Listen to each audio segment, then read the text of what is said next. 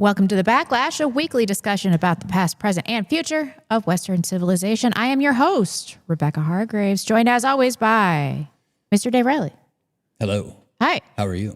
I am pretty good. Good. Pretty good. Cameron McGregor, how are you doing? I am ready for bed, but let's do it. Oh, Cameron. You can find us on X at Real Backlash. Our website, thebacklash.net. Support us on subscribestar.com/thebacklash, patreon.com/thebacklash. Send your super chats that will be read live at the end of the show. $10 and up, because our show is just getting too gosh darn long. Repeat that. $10 and up. $10 and up. We are only reading super chats out loud if they're $10. We will read all of your super chats. We will. And by the way, we are remonetized on YouTube. So you can send us super chats at Real Backlash on YouTube. Also follow us on Rumble. That is Backlash Podcast. Follow us on Instagram. That is real.backlash, and TikTok at Backlash Pod. All of them different for your convenience. Every single one is different. It is definitely not for our convenience. I know, right? That's for sure. Well, every time we open a new platform, we try the Backlash, and then it's taken. So then we try different iterations. We just take what we can get. You know, we're not the only podcast called The Backlash, actually. No, there's a guy that owns, I think is it backlash.com? He's actually a cool guy. He's like a Native American. Oh, great. From like out in somewhere in like West. So are we, Dave. Well, we're also Native American. He's American Indian. Tell him that he scalped my ancestors and that I want his domain. Feather, not dot. I want the domain name. It's mine. He's going to be pissed at us now, I'm sure. I claimed this domain as He's my really cool. He was writing about third parties like 15 years ago. He was like on our page like 15 years ago. And so he owns this website. I think it's like backlash.com maybe. Anyway, seems like a cool guy. Sorry. I want to get him on the show sometime. Whites only, buddy. Bro. You got to watch his YouTube channel. He's like basically white. We'll see. Anyway. We'll see. Basically white. No basically honorary. White. There are like 5 Japanese people that can be honorary. End of list. Thanks for joining us today. Thank you, Atlas Bullion, premier dealer of gold and silver, Idaho Tallow, provides you with skincare. Free shipping on orders over $100. Oh, really? Yeah. Provides you with skincare that does not have endocrine disruptors and the famous Antelope Hill that will publish anything. We'll be talking about you guys in a little bit. Today, we're going to be talking H-1B visas. I don't mean to bury the lead, but I really wanted to close out with the memorial service because I got a lot to say. Oh, really? I got a lot to say. We're going to be talking about YouTube inexplicably reinstating accounts. It happened to us. It did indeed, but there is a different reason for it. Right. We weren't part of that thing. No, indeed. But we should talk about that. If they're not going to reinstate There Nick's, was also a mass shooting today at an ICE facility. I saw that. Yeah. And I did not prep it.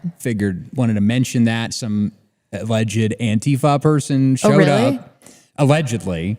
Showed up, wanted to take out some ICE agents and shot a bunch of illegal aliens and killed them all. Ruh-roh. The ICE people were fine. Is that true? That's what I heard. I was so deep in prep that I didn't even read about this. It is unfolding in real time. So yeah, but these people, we got to get, they've got these Fell For It Again awards over at Antelope Hill. We need a Missed the Shot Again award to give to the libtards. I'll tell you, I do not get one of these Fell For It Again with the H-1B visas though, because I saw all sorts celebration after celebration, and I was like, you just wait. I don't know what's going to happen, but this sounds like bullshit. And as it turns out, it was. Let's pull up this Reuters article, which is one.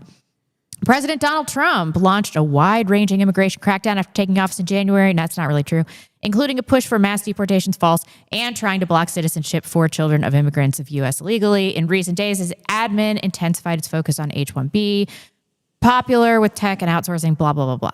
The Trump administration said on Friday it would ask companies to pay $100,000 per year for H-1B visas. Some big tech companies warned visa holders to stay in the U.S. or quickly return, sparking a chaotic scramble to get back to the U.S. The White House later clarified that the fee would apply to only new visas. Can you pull up clip 2? People were like, well, did they say that it was annual? Yeah, Lutnick said 40 times that it was annual. Let's watch this clip.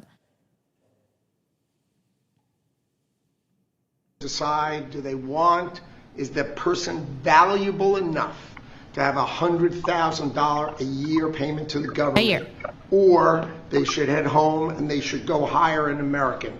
The whole idea, it's annual, and it's for total. Annual. It can be a total of 6 years. So $100,000 a year, so either the person is very valuable to the company and America, or they're going to depart and the company's going to hire the company. Annual. How many times did he say that in there? Several times. They made a specific point to expressly say that this was going to be an annual thing. Let's pull up 3. So Carolyn Levitt has clarified this. Can you pull this up so I can see it? To be clear, this is not an annual fee. It's a one-time fee that applies only to the petition. Those who already hold H-1B visas, which is what we care about, and are currently outside of the country right now will not be charged $100,000 to re-enter. H-1B visa holders can leave and re-enter the country to the same extent as they normally would. Whatever ability they have to do that is not impacted by yesterday's proclamation. This applies only to new visas. Oh, sorry. I did that too quickly. Not renewals and not current visa holders. It will first apply in the next upcoming lottery cycle. So the cost of this one-time fee, it can just be amortized over the 6 years. So it really doesn't change things that much.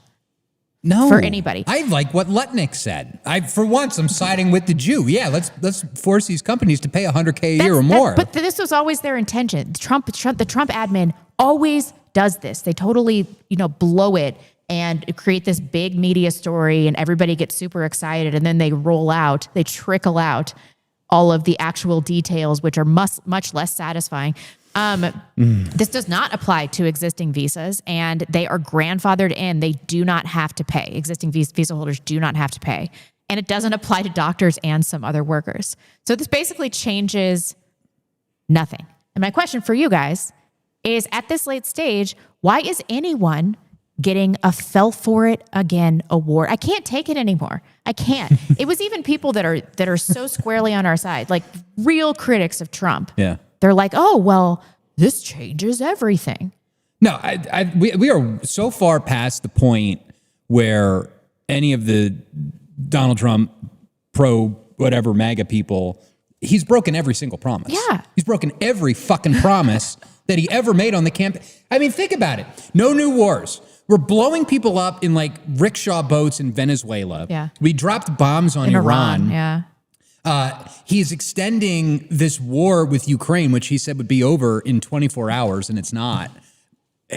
No mass deportations are happening. The tariffs are disproportionately impacting the middle class and small businesses. What has he even done? Where are we at? Like, who's got the scorecard? Because he's broken every promise. I don't know how it's possible to be able to give out more of these fell for it again awards, but clearly, Many people that are appropriately critical of Trump consistently were strangely optimistic about this. Cameron, can you explain this this psychological problem that apparently we have on the dissident right?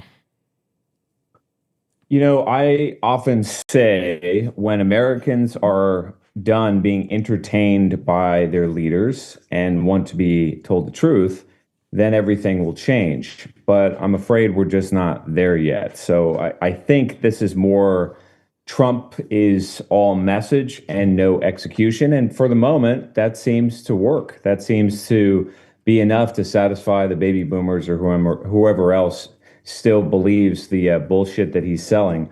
I think Howard Lutnick just bought a house for like $25 million from Brett Baer in Washington, D.C., something like that. Anyway, Howard Lutnick is also the genius behind the tariffs on Liberation Day, and I think he was credited with that infamous chart. I don't know if you guys saw that in April. They hauled out this giant, chart showing all the various tariffs they were going to levy across the world, and that's when our economy basically fell apart, and they had to rescind everything. There was also, when that was happening, markets were selling off, I think. Yeah, there it is. Markets were selling off when Howard Lutnick was doing interviews on CNBC. And so they had to stop putting him on CNBC, and they had to start deploying Scott Dissent so that markets would stop selling off and the market would recover. Anyway, look, it's obvious that the United States needs open heart surgery, and Trump was only ever about cosmetic surgery at best, right? And that's probably being charitable. When the Chinese began their process of industrialization some 30 or 40 years ago in the 1980s, and I guess you could say in the 90s when U.S. companies really started to enter China, as a condition of building plant and equipment in China, the Chinese government said, look, we will give you tax breaks, we will give you incentives for constructing factories on our land, but you have to train our personnel. That is a requirement. And the Chinese government never reneged on that. And the results are decisive. As a result of that policy, China has, I think, the best human capital in the world. They have a self-contained industrial suite. They're leading in electric vehicles. They're leading in lithium batteries, in thorium reactors.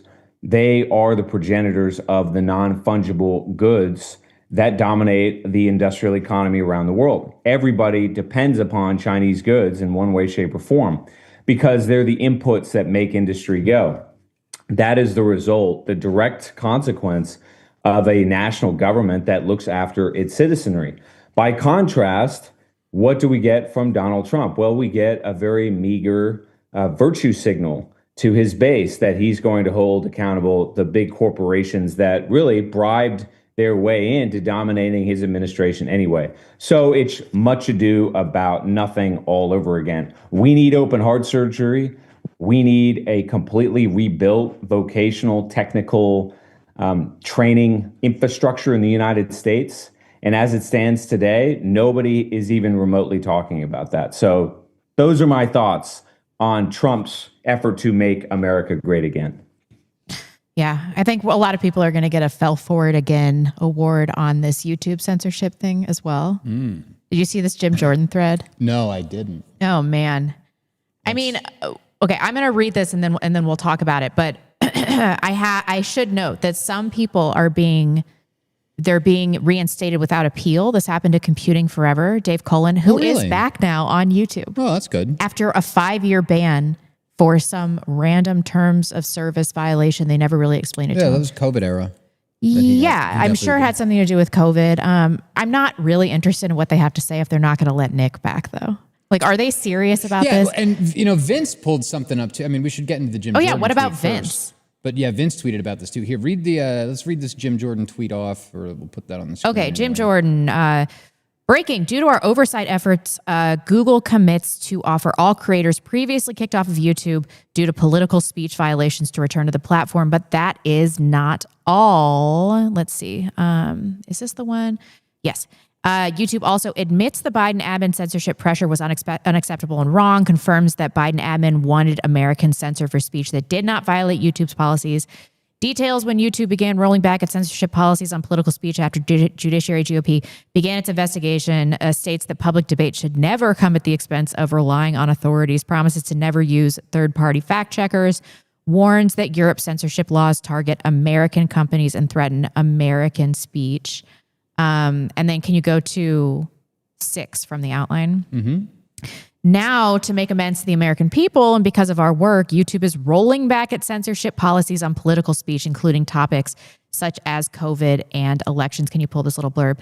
On key issues of medical content, YouTube policies continue to evolve in line with a dynamic environment. Health authorities have changed their guidance over time, and Alphabet's policies have evolved as well. YouTube's current approach allows a wide range of content regarding COVID-19 and elections. While the reliance on health authorities in this context was well-intentioned, the company recognizes it should never come at the expense of public debate on these important issues. All right, that's all well and good. Okay, fine. You guys want to act like you're pro-speech, pro-free speech now. The damage has been done on this one, because they stopped people in their tracks when there was so much momentum, especially on the COVID issue. And when getting information out into the public was absolutely dire. So I kind of don't want to hear it from them. My channel has been demonetized for like 9 years. Did Vince delete his tweet? I don't know. I think Vince deleted his tweet. There's like nothing here. Maybe he got the call. Vince got the call. Yeah, but wait. Are you guys going to let Vince James back? Are you going to let James Alsop back? Are you going to let Nick Fuentes back? Because if you're not, because it sounds like they're making a very narrow focus. Jones had a YouTube channel. Yeah, they're making the most narrow statements here about political and health-oriented content. If they're real advocates of free speech, then you should be able to say basically anything. And let's not forget, people like Vince and E. Michael Jones and Nick Fuentes and others were all banned during Trump 1. Yeah. They weren't banned under Biden, and it wasn't the Biden censorship regime. It was the Trump censorship regime that did that initially. Right. People forget. At the beginning of Donald Trump's first term in office, we were like, hell yeah, we're winning. Let's go do free speech rallies in D.C., and we held Charlottesville. Right. Like, this is where we are. We thought we were in a country with freedom of speech. By the end of Donald Trump 1, I had people coming to my fucking house to hide from the FBI. I was literally harboring people that were scared that they were going to be black bagged by the FBI for tweeting about January 6th. Yeah. That is where we were. That's like, we went People were freaking out. It was bad. Yeah. There was a point where my wife and I were talking to each other on like whiteboard. Yeah. Because we didn't want to say out loud the things we were thinking. That's how bad it was at the end of Trump 1. So don't let these people whitewash how bad it can get regardless of if it's Democrat or Republican in office. The censorship shit has been bad. Right. It's been Both terrible. sides. Yeah. And it's been almost impossible to make money. It's been difficult. Which neutralizes one of the greatest incentives for people to do commentary like this, because it destroys your career opportunities. And most of the people that are doing commentary, and for all the good that they do, God bless them. I'm thinking of Redacted, Tucker Carlson, a couple of these other people, but they're all funded by CIA cutouts. Yeah. They're all funded by the Yoram Hazonis of the world and that whole patronage network of CIA money, Peter Thiel, and Passover Press and all these different things. So anyway. Cameron, this is a rhetorical question, but do you think this is a meaningful development? I don't. Yes and no. So going back for a moment to talk about what happened when Trump was elected. Look, I think we've talked about this before on the show, but around 2017, so right after Trump was elected, a nonprofit called Data and Society put out a paper addressing something called or identifying something called the Alternative Influence Network. Yeah. And you guys, I think I'm pretty confident, Rebecca, you were on that. I was chart. right in the center. They generated this gigantic chart, and I think Data and Society, right? Yeah. Yeah, Data and Society. Rebecca was on there. Stefan Molyneux was on there. I mean, practically everybody in the alternative media. And the reason why this was developed is because Trump's election was such a shock. And they immediately went to work to figure out how this happened, because remember, the mainstream press was virtually monolithic against Donald Trump. I mean, I think Harvard put out a study after he was elected that said something like over 90% of every story that was published about Donald Trump by mainstream press was negative. So obviously that was a conundrum, and they tried to figure out how Trump got elected anyway. And the answer they came up with was the alternative media.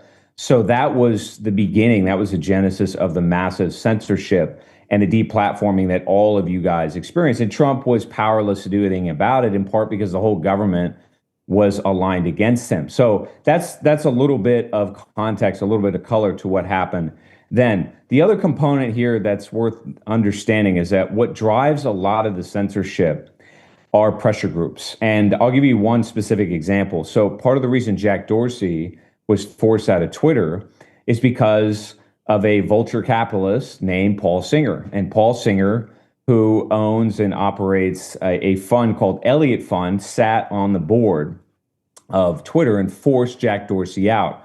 The same more or less happened to Zuckerberg. Zuckerberg, as far as I can understand, didn't care much about what anybody was saying on Facebook, because he just didn't want to lose eyeballs. He didn't want to lose users. But his board pressured him to demonetize, censor, and deplatform people. So that's effectively what happened. Now, the question you're asking me is, has all of this been reversed? I do think a little of it has been reversed. This is not courtesy of Jim Jordan and the Republican Party as much as it is an exposure of the JQ, which I do think is becoming increasingly mainstream. And therefore, a lot of these pressure groups, which are led by people like Paul Singer, who is a Jewish vulture capitalist, that is beginning to come to light. And there is a counter thrust moving against it. That being said, we are escalating into a political landscape in which whoever gets power, whoever monopolizes control of the government, is going to engage in some degree of censorship. You know, they're going to draw lines depending on who gets to power first. So that's the world that we're living in. I don't think that we are going to see free speech anytime soon, in part because free speech requires some kind of a political consensus or a common moral framework. That, needless to say, is completely disintegrated. And until you reestablish something like that, you really can't have free speech. So that's just incredible. Yeah, I remember to watch. when he was getting like 250. Yeah. 500. Yep. Yeah. Like it's been a long time. Totally. Holy shit. So, I mean, I do feel like I'm being satisfied in that way. If people like Nick Fuentes are able to draw a crowd of 170,000 people live, I'm like, okay, well, word's getting out one way or another. But I have so much animus towards YouTube because of the way they've treated us. I mean, at one point, what was that whistleblower's name? It sounds like Kilimanjaro. I can't remember. Zach Voorhees? No. Let me know, live chat. But you couldn't say his name. Eric Charmello. Oh, was he the guy that wrote about like the white stuff? I can't even remember. There's been so many whistleblowers from Google. But for some reason, you couldn't say Eric Charmello or the stream would get demonetized. So Matt and I had to get around it in different ways. But it seems so arbitrary now in hindsight. Like the way that we had to, and eventually you just are bouncing around issues so much that you just end up not really saying anything at all. It just becomes too difficult to navigate. So I kind of don't want to hear it. Let's get into there's a couple of points though that are important, and I've emphasized this before, but did censorship work, folks? You know, have you been erased? Has your message stopped? What about Fuentes? What about any of these people that have said something controversial? No, their audience has actually grown, which again demonstrates the fact that censorship, propaganda, it's just not the decisive tool that you think it is. It works so long as the messaging or the narrative is fringe, right? As long as it's sufficiently marginal, then you can censor and you can sort of squash people. But if enough people catch on to a particular idea, good luck trying to redirect or censor something like that. It's just not going to happen. And in part, I say this because in Nepal, there was an effort to stop what a lot of people think was a color revolution over there. I don't know, but credible people that I follow think there was a color revolution that happened in Nepal. And right before that color revolution happened, the government of Nepal shut down social media. And what did that do? Did that calm the animal spirits of the crowd? No, it actually further radicalized the population against the government, and then eventually it collapsed. So again, the lesson of all of this, folks, is that censorship does not work, and propaganda really doesn't work either. This is, of course, why the communists gulagged people, right? Because they couldn't brainwash them except through coercion and physical force. That's an important note. Yeah, I was going to say, like, there's maybe only one case that I can even think of in history where censorship worked, and that was World War II. That was the beginning of World War II and the shutting down specifically of Father Charles Coughlin. They used the entire power of the state came down on him all at once to shut him up. And it literally got to a point where it was him, his bishop, and like a gaggle of FBI G-men. And they were like, you are either shutting down your radio broadcasts and your newspaper, or you're going to jail now. Right. You know, and he shut his newspaper down. But ultimately, it did not work. Well, I mean, we have history, we have hindsight. We can go back and read through Social Justice magazine, and it's like, he was right. Remember, FDR then steered the United States into the Second War, right? Well, yeah, by terrorizing the Japanese and supposedly, let's just say, letting our guard down against the Japanese in the Pacific. So that then mass mobilized the country, and we were sort of off to the races with economic recovery. But yeah, I mean, look, if you have to resort to censorship, you're better losing. Come down with the whole state, and you better erase somebody really quickly. Because if you don't do that, it's very, very difficult to stop ideas that are true, right? And this is a recurring theme on this show. The truth has real power. That's why it's got to be evangelized. That's why it's got to be promulgated. Yeah. The truth has real power. I think that's an important theme of this show, because I want to talk about the Charlie Kirk Memorial, and I'm hearing from a lot of people that are totally into this Mossad angle, and they're like, even if it isn't Mossad, isn't it better for us if everybody thinks it is? And I'm like, I'm not sure that matters, because the truth in and of itself is valuable. And on my way here, I was listening to Candace Owens' show, and I felt so dumb just from listening to it. I was like, am I even going to be able to perform? It's just, she's reverted to type like I've never seen anybody do. It's just in such a spectacular fashion, just full retard. She was talking like magical Negro stuff. Oh, like, I heard about the tunnels underneath. Oh, and yeah. Like, we get anyone down there to check those tunnels? There's tunnels under there. I know, you know, like, I know. What if somebody popped their head out from under a tunnel? She was talking yesterday about like maybe they were child actors, and no, what she was saying today was really stupid. She was talking about how she was like looking online, and there was all this bee imagery, and people were talking about bees, and then she later found out that Utah, the state, has like a beehive on the flag. Yeah, I know. Yeah, because it's full schizo. It's a Mormon symbol. Yeah, it's and then she was talking about how she felt compelled to go to the UK for some reason. She didn't know why, and she just went to the UK, and that's where she met George Farmer, and God sent her there, and like she didn't know why she was going, and she told Rebecca Mercer is God now. I know. I'm listening to this, and I'm like, you have 10 million views for some of your shows. I don't understand what people want. Is this what they want? They want like black chick slop. Unfortunately, it seems that makes me hate the audience. It makes me hate the audience. Yeah, that's why I don't read the comments. Because to these people, because there's people out there stupid enough to watch Candace Owens at this point. I've been watching her, but she had me in like the first 6 months. I'm like, all right, okay, you're starting to cozy up. You're starting to talk about some interesting stuff. But then it was just like, we are way off, way off. I know. Holy shit. Oh, live chat, I'm hearing that some of you guys have audio problems. Apparently, if you leave the stream and come back, then you will fix your audio problem. Sorry about that. I don't know why. It's not my fault. It's not Dave's fault. So I want to talk about what a distasteful spectacle. Absolutely, this was Charlie's memorial service. Let's play 7. This pretty much sums up the whole thing.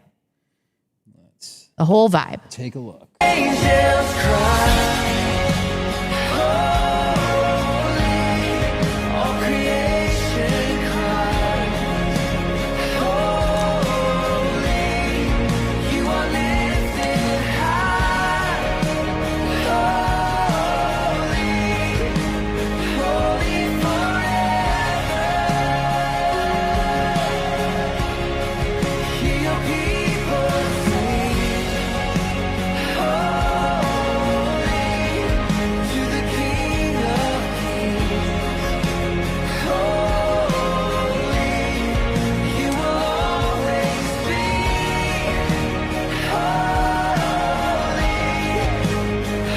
Oh, we're going to get hit with a copyright strike for this, aren't we? Why? We're going to get hit with a copyright strike for that. Whatever. Son of We a always bitch. get hit with something. Didn't think about that. See, these are the kind of problems you get when you're Yeah, monetized. When you're not monetized, I don't give a shit. I'll play whatever. Because it doesn't matter. Yeah. All of a sudden, oh, well, we're monetized now. And, oh, well, looks like you played some copyright material, Dave.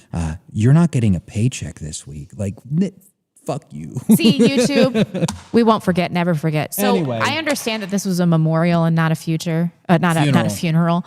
But what this was a political rally. Yes. They are absolutely posturing for 2028. I don't think I'm being cynical. And then the general response that I'm getting from people in the audience is like, well, it doesn't matter how people come to Christ. Like, of course it matters how people come to Christ. There are sincere people in that audience that are getting hosed financially because of the fundraiser. Oh my God. Have you seen the amount of fundraising emails that they have sent Oh out? yeah, we're going to talk about it in a I've minute. been bombarded. Oh, absolutely. Absolutely. Every email account that I have has like 10 emails. Please give more money. Oh yeah, now. yeah. The whole thing was tawdry. Let's play 8.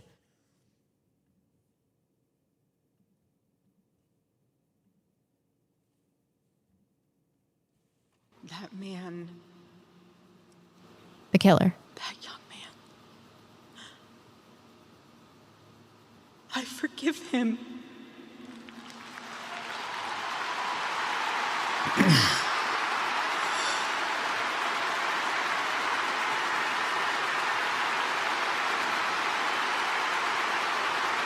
I forgive him because it was what Christ did and is what Charlie would do. Oh my God. We're going to talk about this, right? Yeah, I mean, I kind of want to save a little bit of this discussion for Monday because we're having Adam Green and Devin Stack on at Both the same at the time. same damn time. And we're just going to bombard Dave. We're going to make him I'm cry. just going to... We're going to Jack Cruz it all over again. This is my retribution for Jack Cruz. Adam Green, I know you're watching. Do your worst. No, It's retribution time. this is bad. No, but I do want to talk about I'm it a just going little to bit. wear a green suit. I'm just going to like... I'm going to steel man this position, all right? Let's say that I'm into forgiveness. I'm not. But let's say I am for a second.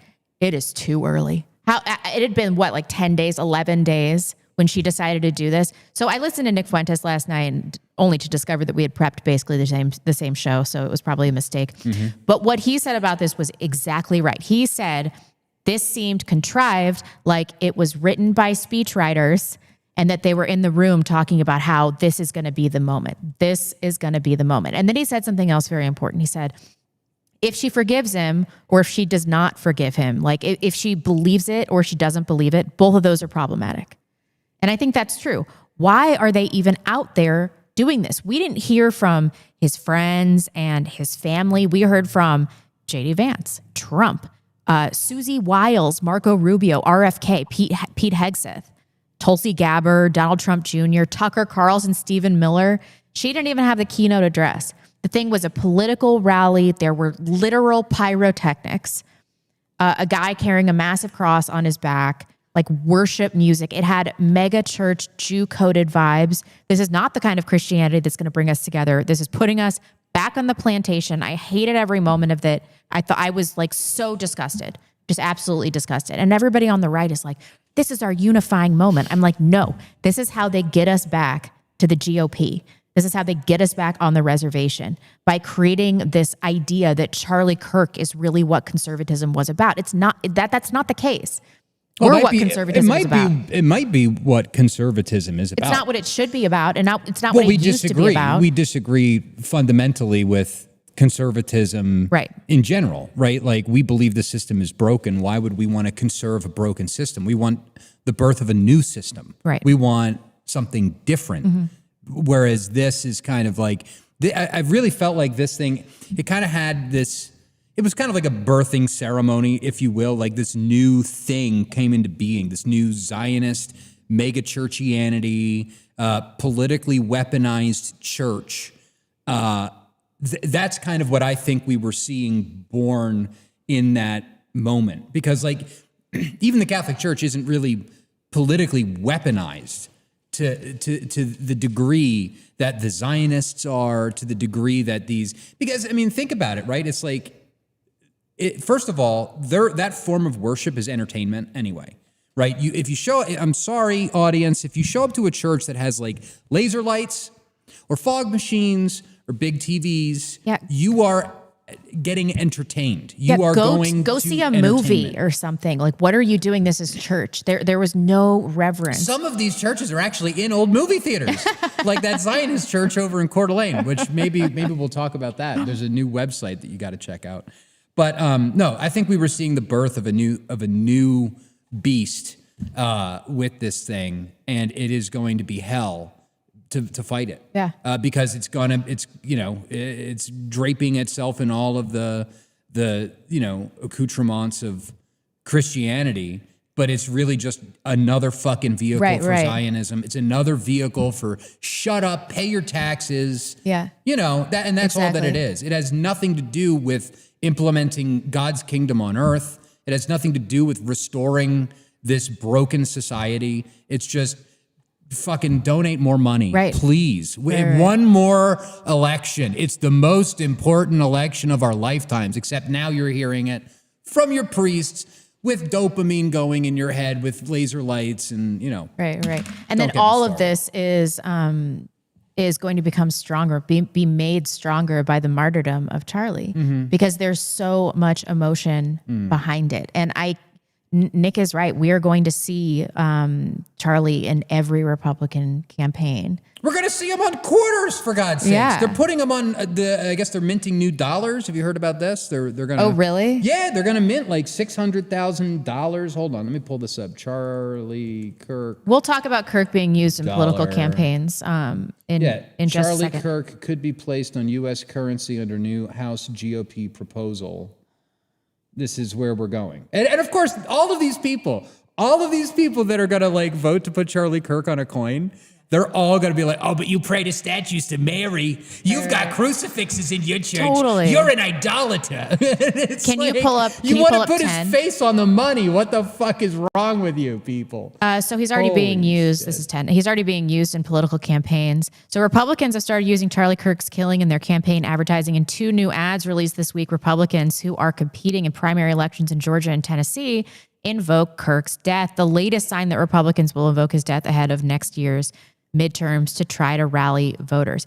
I think this is so gross. And is this what Charlie would have wanted? I don't know, maybe. But what if he got to the gates of heaven and God was like, come on, man, that's not at all what I wanted you to do. What if that totally transformed? Should we be using what he wanted in his life as the litmus test here, or should we be using the truth and what's right? Obviously, we should be using the truth and what's right. Cameron, do you want to get in here real quick before we talk about this disgusting fundraiser? Yeah, so I'll just say a couple things. I forced myself to watch that memorial service because Rebecca asked me to do so. And it's not that I don't feel anything for Charlie Kirk. I do. It's a tragic death, and certainly I feel bad for his family. And what happened to him is just unacceptable. But Charlie Kirk is not a world historical individual. Charlie Kirk is not a hero. He's not a crusader. He was not a leader in his lifetime. And that's a truth that we need to repeat as much as possible. At the same time, however, I think the nature of the world that we live in, the acceleration of events around the world, the escalation that's happening domestically, I don't think this is going to last much longer. This sort of effusive praise for the Kirk legacy. And in my mind, I took away a couple other things that I think are more important. The first is this idea of America. I mean, what is America today? To me, it's what you saw at that memorial. It's hollow. It's empty. It was a really good book called The Image. I think it's called The Image: A Guide to Pseudo Events in America. It's written in 1962 by Daniel Boorstin. Listen to what he had to say.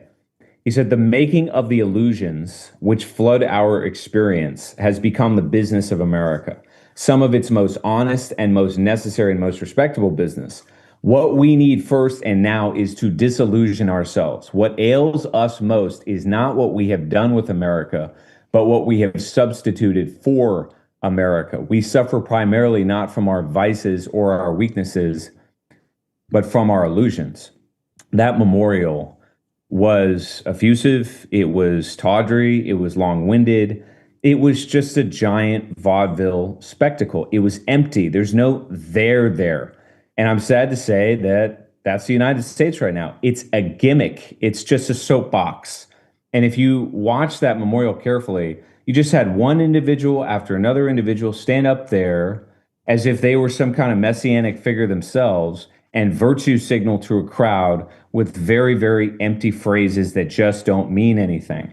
So, yeah, that's who we are right now. We're just an empty shell, very infantile and naive. And I think we're naive to what is about to happen.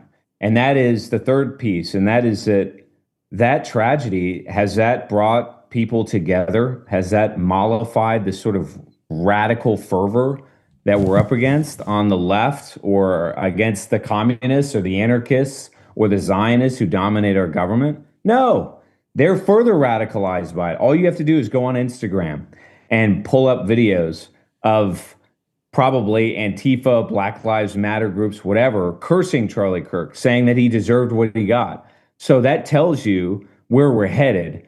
And the Republican Party, the Democratic Party, they're just theater. They have no answers for any of these problems. They can't address the economic crisis we've got, the financial crisis we've got, the open borders crisis we've got, the racial crisis we've got, all of which are about to accelerate and intensify beyond what anybody at that memorial can even imagine. So that was my sense. Yeah, is this what people want? This was so disappointing. I'm like, after all that we've been through on the right, we're still just going to be taken in by bread and circuses. There was no depth to it. And I'm still seeing people in the live chat that are saying, like, you know, the gospel was preached to millions. Like, but at what cost? Don't you think that we're driving these people into a ditch of Christianity that's inauthentic? Yeah, I do. I do. I will speak up and say, yes, I think that there is like false versions of Christianity. And I think that if, you know, your version of Christianity is tied at the hip to the Republican Party, that's a problem. That might be a problem. You know what I mean? Like, that might be a little bit problematic. Like, what you're teaching is doctrine or dogma, you know, changing because of what, I don't know, donors say. This is not any way to run a religion. No. And, you know, it just bothers me too. I want to go back, and I hate to do this, but the Erika Kirk thing, that man, I forgive him, right? First of all, we don't even know if it was him. He's not been tried. He's not confessed. He's not been convicted. We don't have a bullet. We don't have a trajectory. There is still a lot about that we don't know without going into schizo posting. We'll talk about that. We'll talk about that. But this line, Father, forgive them, they know not what they do. I've got it up on the screen. This comes from Luke, right? I'm not a Bible thumper here. Luke chapter 23, verse 34. And Jesus said, Father, forgive them, they know not what they do. What's he saying there? He's talking about the Romans, these Romans that are nailing him to the cross, they're hoisting him up. They think that he's just another criminal, like all the other criminals that they crucify on a daily basis. They have no earthly idea about the setup in Gethsemane, the false trials, the torture overnight, the deal with Pilate. They have no earthly clue what's going on. They're doing a job. Jesus is not saying to the Jews that did kill him, he's not saying, Father, forgive them. They don't know what they do. They set up a whole fake trial. They knew exactly They knew what they were doing. Yeah. They conspired to have him killed. So I just have a problem with this verse being abused the way that it is, so far out of context. Sorry, Cameron? I think that's a really insightful point, Dave. I really like what you said there, in part because other than lionizing Charlie Kirk and I suppose in a sentimental sense reflecting on his life, who said anything at that memorial that in any substantive way addressed the problems that we face as a nation? Maybe Tucker Carlson alluding to the Zionist role in his death. I guess that's what he was doing. I don't know. Other than that, what of substance was said? I missed it if something was said. Let's watch that Tucker clip. It's 9. Clip 9. Number 9. I said dog whistle, but it's not really a dog whistle at all. Speaking of E. Michael Jones, hey, buddy. I'm still pissed at you. I'm still pissed at you for calling me a Fed. Here we go. And it actually reminds me of my favorite story ever. So it's about 2,000 years ago in Jerusalem, and Jesus shows up and he starts talking about the people in power, and he starts doing the worst thing that you can do, which is telling the truth about people, and they hate it, and they just go bonkers. They hate it. And they become obsessed with making him stop. This guy's got to stop talking. We've got to shut this guy up. And I can just sort of picture the scene in a lamplit room with a bunch of guys sitting around eating hummus, thinking about what do we do about this guy telling the truth about us? We must make him stop talking. And there's always one guy with the bright idea, and I can just hear him say, I've got an idea, why don't we just kill him? That'll shut him up. That'll fix the problem.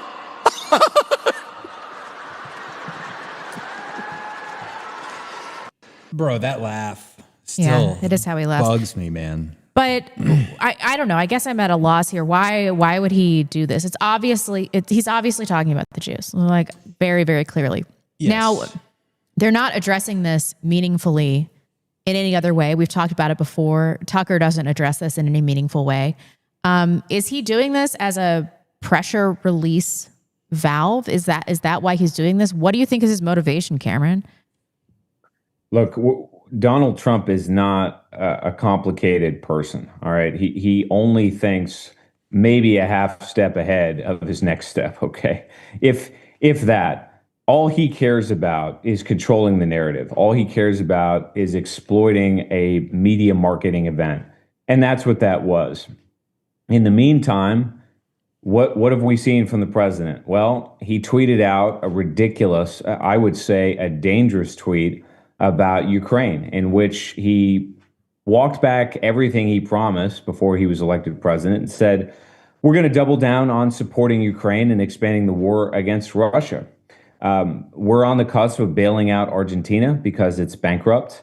We have a domestic economic crisis. We haven't really addressed our border crisis. As we alluded to earlier in the show, the H-1B fiasco is pure theater. It's not going to address the real heart of the matter, which is that corporate America has sold out the white middle class in the United States. All of this is just a fraud. And that's why I think Dave needs to believe in his own point there regarding Christ and the Romans, and that is that people are not going to buy this shit. Yeah, maybe it felt good in the moment, but it's so empty, it's so lacking in spirit and substance that this is going to be forgotten in a week, maybe a month. We'll have to see. We have real problems. And that memorial in no way, shape, or form was anything but a marketing stunt to raise money for a Republican Party that has no answers to any of them. Yep. Yeah, I absolutely. agree. Can you pull up 11? Well, yeah, I can. Go ahead. I will. I was just also going to point out, with the Tucker Carlson thing, with the Tucker Carlson thing, It was that gay laugh. It infected you. Okay. Yes, it was. No. Well, so I wanted to point. So the Charlie Kirk death thing it forced Tucker to postpone his release of a documentary series. I guess 5 episodes on 9/11. I paid the $9. I watched it, so you don't have to. Don't bother. Just watch this show. We already basically covered everything on our 9/11 show that he got into anyway. But what is very clear, and I'll play like a little clip of it that we have here on what website is this? X. Geez, I'm spacing right now. But it is very clear that, so what? We've established that Tucker Carlson is CIA, right? We've established Dick Carlson, head of Voice of America and all this. And so then he's bringing on all of these people who I like, by the way, John Kiriakou or whatever his name is, and a couple of other people that are obviously like ex-CIA people, and they're talking about the Israel thing. So there is definitely a faction of either CIA or ex-CIA people who are extremely pissed at what the Israelis have done to us, and they are speaking kind of through Tucker. That is happening. I don't think you're imagining that. Here's a clip. A number of foreign governments may have had foreknowledge of 9/11, but the Israeli government stands out in particular. And here's why. On the morning of 9/11, a group of 5 Israeli nationals purported to have witnessed the initial explosion of the World Trade Center and were seen to be celebrating the event. At the time, the celebrations received quite a bit of mainstream media coverage. Fox News has learned some U.S. investigators believe that... We're not going to watch the whole thing. We already played a lot of those clips on our show. Some of these clips actually came from Vince and from people that have been doing this for like 10, 15 years. So... But very clear that the CIA's new official stance is this new Tucker Carlson series. That is the new party line, if you will. I suppose that I'm happy. There is some faction that wants something to change. I'm happy to see things move in this direction, but I feel like we're doing a disservice to the truth by getting part of the way there. And it would just be better for us, like psychologically, if we went all the way or didn't go anywhere at all. Like these half measures avail you nothing. Go ahead, Cameron. Yeah, I think we are getting at the truth, and I think I think Dave's 2 for 2 tonight. The takeaway from the Charlie Kirk incident, and again, I'll be very clear. I have no idea what happened. I don't know, and I try not to emotionalize what happened either. But the takeaway is clear. Most people think that the Israelis had something to do with it. Okay, that's a fact. That's what they think. It's going to be very, very difficult now to change that narrative, especially given the fact that trust in the FBI, trust in the government, and I think trust in Donald Trump himself are waning significantly. So again, the memorial was a spectacle, right? It was a soapbox so that a lot of people that are in the limelight could share his starlight and self-promote. That'll be forgotten in a few days. What is more compelling, what's more interesting, is that on Twitter, I think percolating in the ether is a growing suspicion of the Israelis, not just on this particular issue, but across the board. And obviously that's knocking at the door of the JQ issue in general. That's the takeaway from all of this, right? It is not the left-right clashing in the background. That's inevitable. That's part of the context of what we're dealing with. And there's no question that Charlie Kirk's death does to some degree symbolize the end of a politics of dialogue. I think that that's an accurate assessment, although I thought that politics had died a long time ago. But that aside, there's no question that the momentum behind this particular incident favors an awakening, a mainstreaming of the JQ issue even more. That's the bottom line. Right. I did want to drive home how sinister I believe this fundraiser was. We mentioned it earlier. Have you read through this? So you've been getting these? I've been getting the emails. All right. So Erika Kirk sent an email fundraiser. I wanted to read a little bit of it. I pray you're having the most amazing time in heaven. This Protestant nonsense. And Charlie, baby, I promise I will never let your legacy slow or go silent. I promise I'll make Turning Point the biggest thing this nation has ever seen. I promise. I love you, baby. Rest in the arms of our Lord as he blankets you with the words. I know your heart always strived to hear, well done, my good and faithful servant. You lived life well. You earned it. And I promise I'll carry the torch you lit from here. We'll all carry it from here. Now, after that, there's a link. Can you pull up 12? Oh, hold on. Is that a separate? I can't. I don't think you can pull it up from that. Yeah. So I had to put it in the outline. Okay. Hold on. At least I wasn't able to pull it up from the email. Okay. Or from the screenshot of the email. Yes. Oh, hello. And look at that. Help me carry the torch that Charlie lit. And it's a fundraiser. Scroll down. You can donate $100,000. A quick button to just a one-time donation of $100,000. Smash donate $100,000. Nice. I just found this grotesque. It's like at your husband's memorial service, you're going to immediately forgive the killer, ask for money, and then say that you're head of Turning Point USA. It's so sick. I know. So sick. But these organizations do that. And this isn't the only one. I know. Of course. I've seen it from the Idaho Freedom Foundation, who I used to work for. I've seen it from the Idaho Family Policy Center. Big Zionist. Dude, I went to their fundraiser, by the way. This was the year before the election. And they mentioned how Donald Trump is the most Zionist candidate for president in the history of America. Well, got a 2-minute round of applause, standing ovation at the Idaho Family Policy Center meeting. I believe it. I got up and left. Yeah. I was fucking terrified of being in a room with a bunch of psychos like that. But anyway, it's sick. This culture is sick. I mean, we talked last week about Saul Alinsky and using every tragedy. And I believe that we should do that. However, in someone's death, there needs to be some reverence. Why didn't Melania, who has a Slavic aesthetic, did you see what she turned the Christmas hall into that one year? Everybody was talking about how dark and bleak and sad it was. Did you see the hat that she was wearing that one night too? Like, yeah, but why she's wearing this like big purple brimmy, like great. Where is Carmen Sandiego hat? That's great. Why didn't Melania design this? It would have been so depressing and tasteful. Yeah. It's like they just had to do this with the pyrotechnics. By the way, if the Jews ever get me, because we all know that if I am going to throw the biggest fundraiser. I'm going to be shooting. There's going to be hot chicks shooting fireworks out of their boobs. I don't care.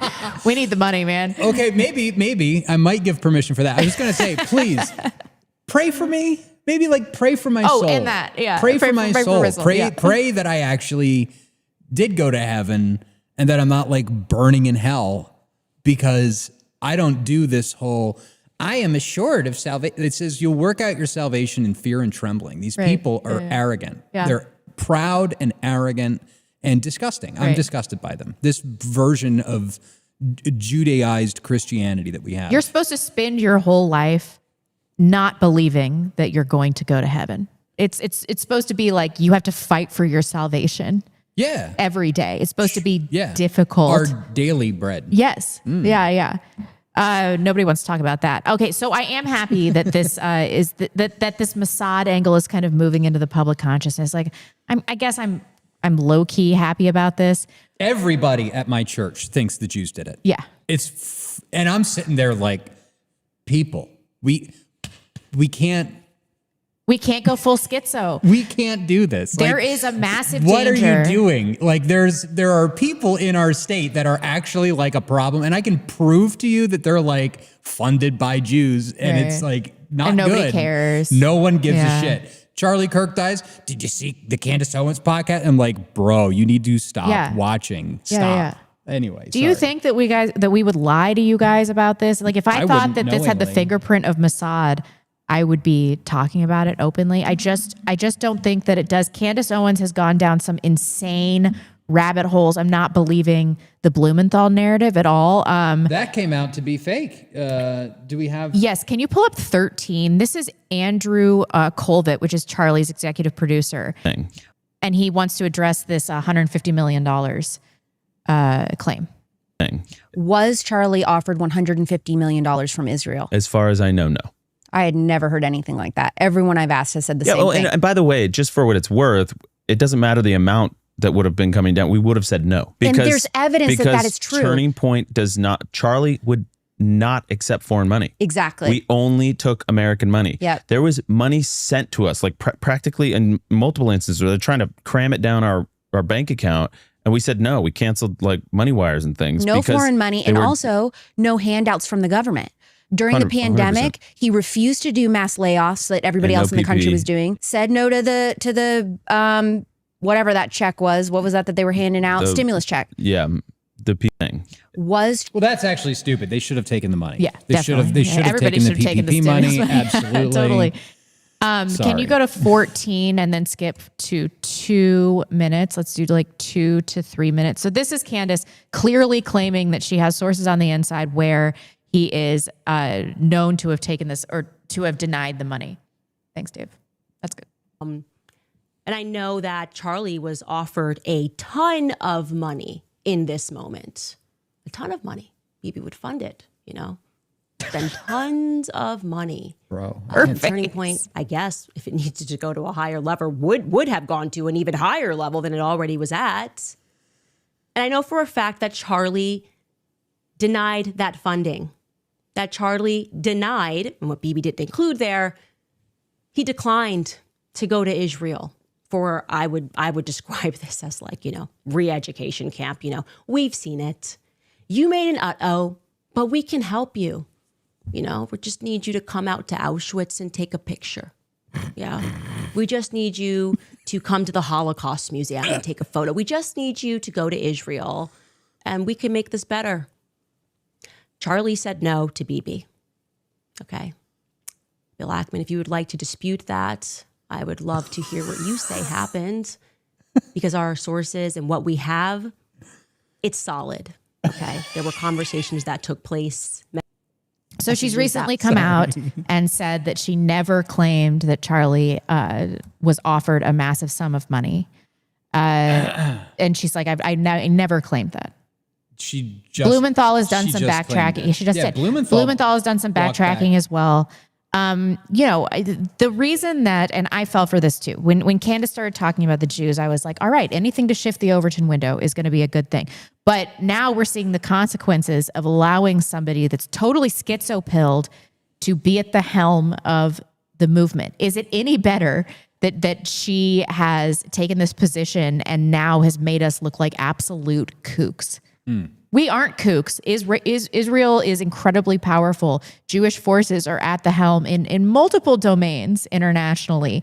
The Talmud is a horribly satanic, wicked document. I mean, blasphemous. Absolutely. And now, because we've elected Candace as Queen anti-Semite, it makes us all look like retards. And I'm seriously regretting allowing her to shift the Overton window in that way. I got a Fell For It Again award on this. I also did. I get the Fell For It Again award with Candace. Here it is. I got this. You know who didn't fall for it? I guarantee. Nick didn't. I bet Cameron didn't either. Cameron probably didn't. Here. I'm a little lost. Fell for what? That Candace Owen was genuine or had any valid criticism of Jewish power, or that she was smart, or that she was smart in any way. Yeah.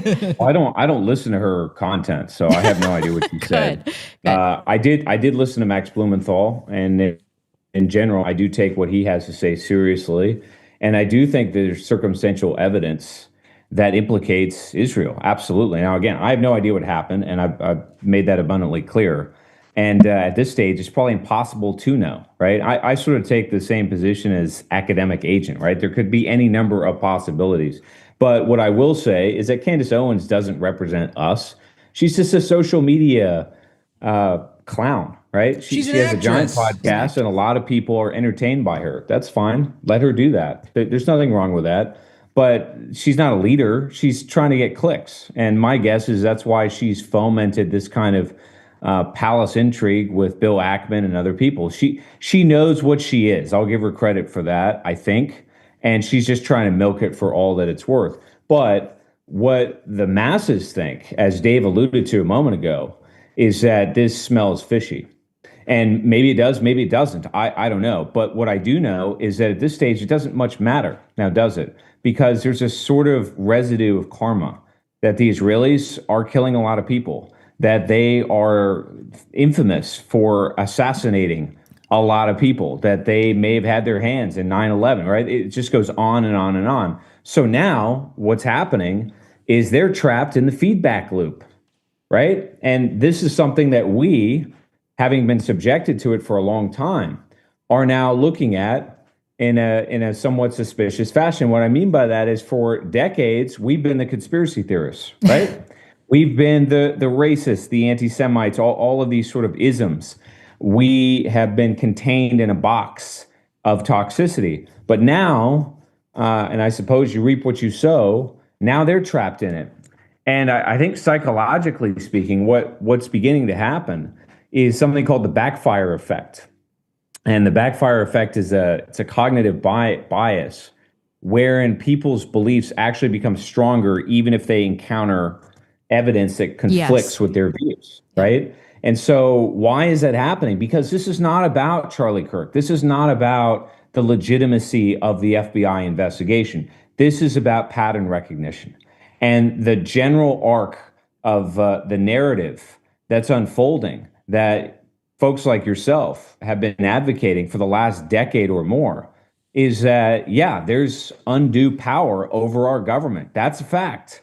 And defining the limit of that is very, very difficult to do. And it may extend all the way to Charlie Kirk. So again, that's the takeaway here. But I wouldn't much worry about somebody like Candace Owens, who's just a carnival barker, who's trying to milk this for all that it's worth.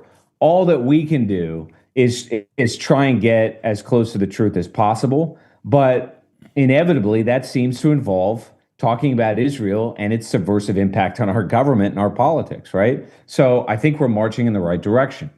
Yep. Yeah. There's also a lot of like really, really interesting conspiracy theories that are not being talked about because of the preoccupation with Israel. That's specifically coming from Candace Owens. And this is the Erika Kirk angle. You know, my wife started texting me about this and I was like, honey, you need to like lay off the internet a little bit. I don't know. Maybe you've been online too long, but then I started seeing some of this stuff coming together and it's kind of bizarre. You know, Charlie Kirk's father, Robert W. Kirk, was a project architect for Trump Tower. Yep. That's interesting. Erika Kirk herself was an employee of the Donald Trump International Hotels or whatever. She was a pageant girl. She won like some Donald Trump beauty pageant as a kid. So the relationship between Erika Kirk, that was a Freudian slip. Between Erika and Donald Trump goes way back, but maybe even before Charlie's affiliation. They met in Israel. Hello. Yeah, that's but weird. I think a lot of this can be explained by insider elitism in DC because I think that she was procured for Charlie. A lot of women are deployed as handlers. Look at Kash Patel's girlfriend. Yeah. She's very clearly a Mossad type handler for Kash Patel. They do that. There was a story about this that I saw in some counterintelligence magazine a couple weeks ago about specifically how the Israelis have developed programs to, insert women, pause, You're sure doing that gesture a lot. Better than hand rubbing. But anyway, to put these types of women near men that, are closer to the levers of power, and then they use the women to influence. Yeah. It's a clear honeypot type thing that does happen. That does happen. It is odd. It is odd, and it seems rather disingenuous. And I guess I would kick this over to you guys because, frankly, in this arena, I think you know a lot more than I do. But it seems very strange that Candace Owens wants to sort of claim Charlie Kirk as this savior, right? That she wants to position herself as on the side of the authentic Charlie Kirk, the guy who turned down money from Netanyahu. Well, lest we forget, Turning Point USA has been around a long time. I think it was created in 2012. Mm-hmm. He's been taking money from Zionist donors for over a decade. Yep.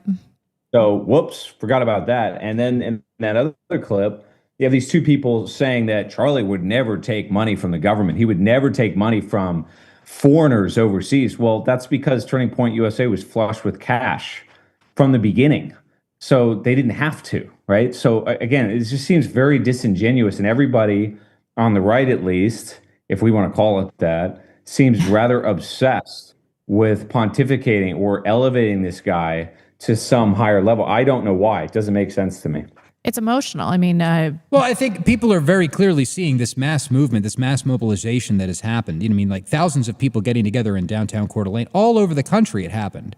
And so people are seeing that. They are seeing this movement that Charlie created, and they're trying to get out in front and capture his audience and try to parade around how close of a friend they were with Charlie and this and that in an attempt to co-opt him. And it's happening on the Zionist side. It's happening on the schizo anti-Semite side. You know, it's happening all around. And like the truth lies somewhere not on either of those extreme ends, you know, like the fundraising emails from Erika Kirk are just as distasteful as Candace Owens' schizo posting, trying to make it seem like she knew the real Charlie, and the real Charlie was, and we're gonna somehow use Charlie Kirk's death caused by who we don't really know yet, but we're gonna take that and parlay that into the United States and Israel cutting ties. Right. What the? But was Charlie Kirk that popular? Yes. Yeah. Really? He really was. Yeah. Well, I guess Candace Owens is too. So, you know, I'm at a loss. Watching Candace Owens' schizo development has been an absolutely fascinating case study. Are you guys into true crime? I take it you're not. I don't do true crime. I like cases where there's somebody that's falsely accused. Mm-hmm. So what happens is that the police and detectives, they get tunnel vision. And so they see a suspect and they like the suspect. They think he's a good suspect. And then they find supporting evidence for the premise, the false premise that the suspect is the perpetrator. And that's what I'm seeing Candace doing. And she's like so fervent. She's so motivated and she's putting so much time. And then the initial premise is that Charlie was turning on Israel. And the more that I'm finding out about Charlie, about what he said in his last days, I don't know that he was authentically turning against Israel. I think that he saw that his base was turning and he wanted to recapture his base. And I think it was a sinister attempt for him to not lose credibility, to not lose popularity, to not lose his future chance at political office because he saw the way that the tides were turning. So the entire thing that Candace is basing this on, that he's drastically changed his opinion over the last few weeks after 11 years of driving young men into the most stringent standards of what he thinks a conservative should be. I'm like, we're absolutely rewriting history about Charlie Kirk. I don't think his motivations, even if he really was doing that, I don't think his motivations were pure.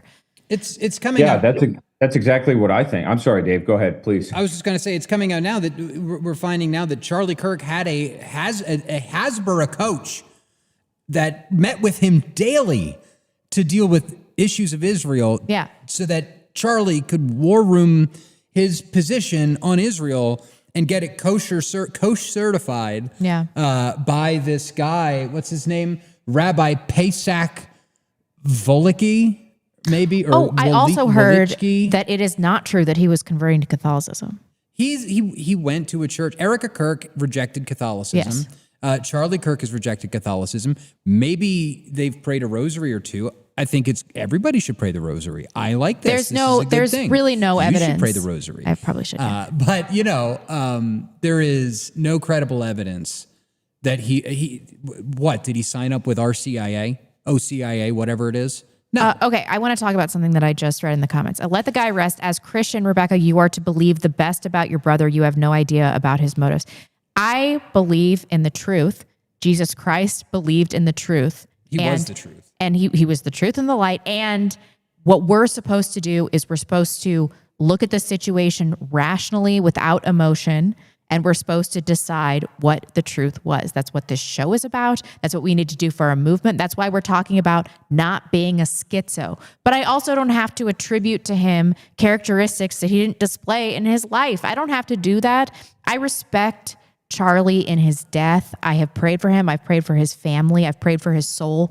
This whole thing was terrifying, horrifying. We have some kind of mass trauma that is going on right now that we're all dealing with from watching those videos. Mm-hmm. I'm really sad about the whole thing, but that does not make him a different man than he was when he was living his life. It just doesn't. I don't have to believe in the best of him. I don't have to do that. Yeah, and it's not only that, like, so when the Catholic Church talks about making somebody a saint, right? This is where we get the process of the devil's advocate. There's usually like a trial.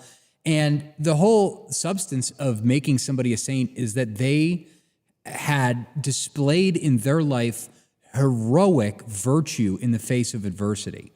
Heroic virtue. And so what's happening is you've got Candace and others that are attempting to gin up this story that by turning down Netanyahu's $150 million, by turning down the trip to Israel, that he was being heroically virtuous in his rejection of Jewish supremacism and the Zionist agenda.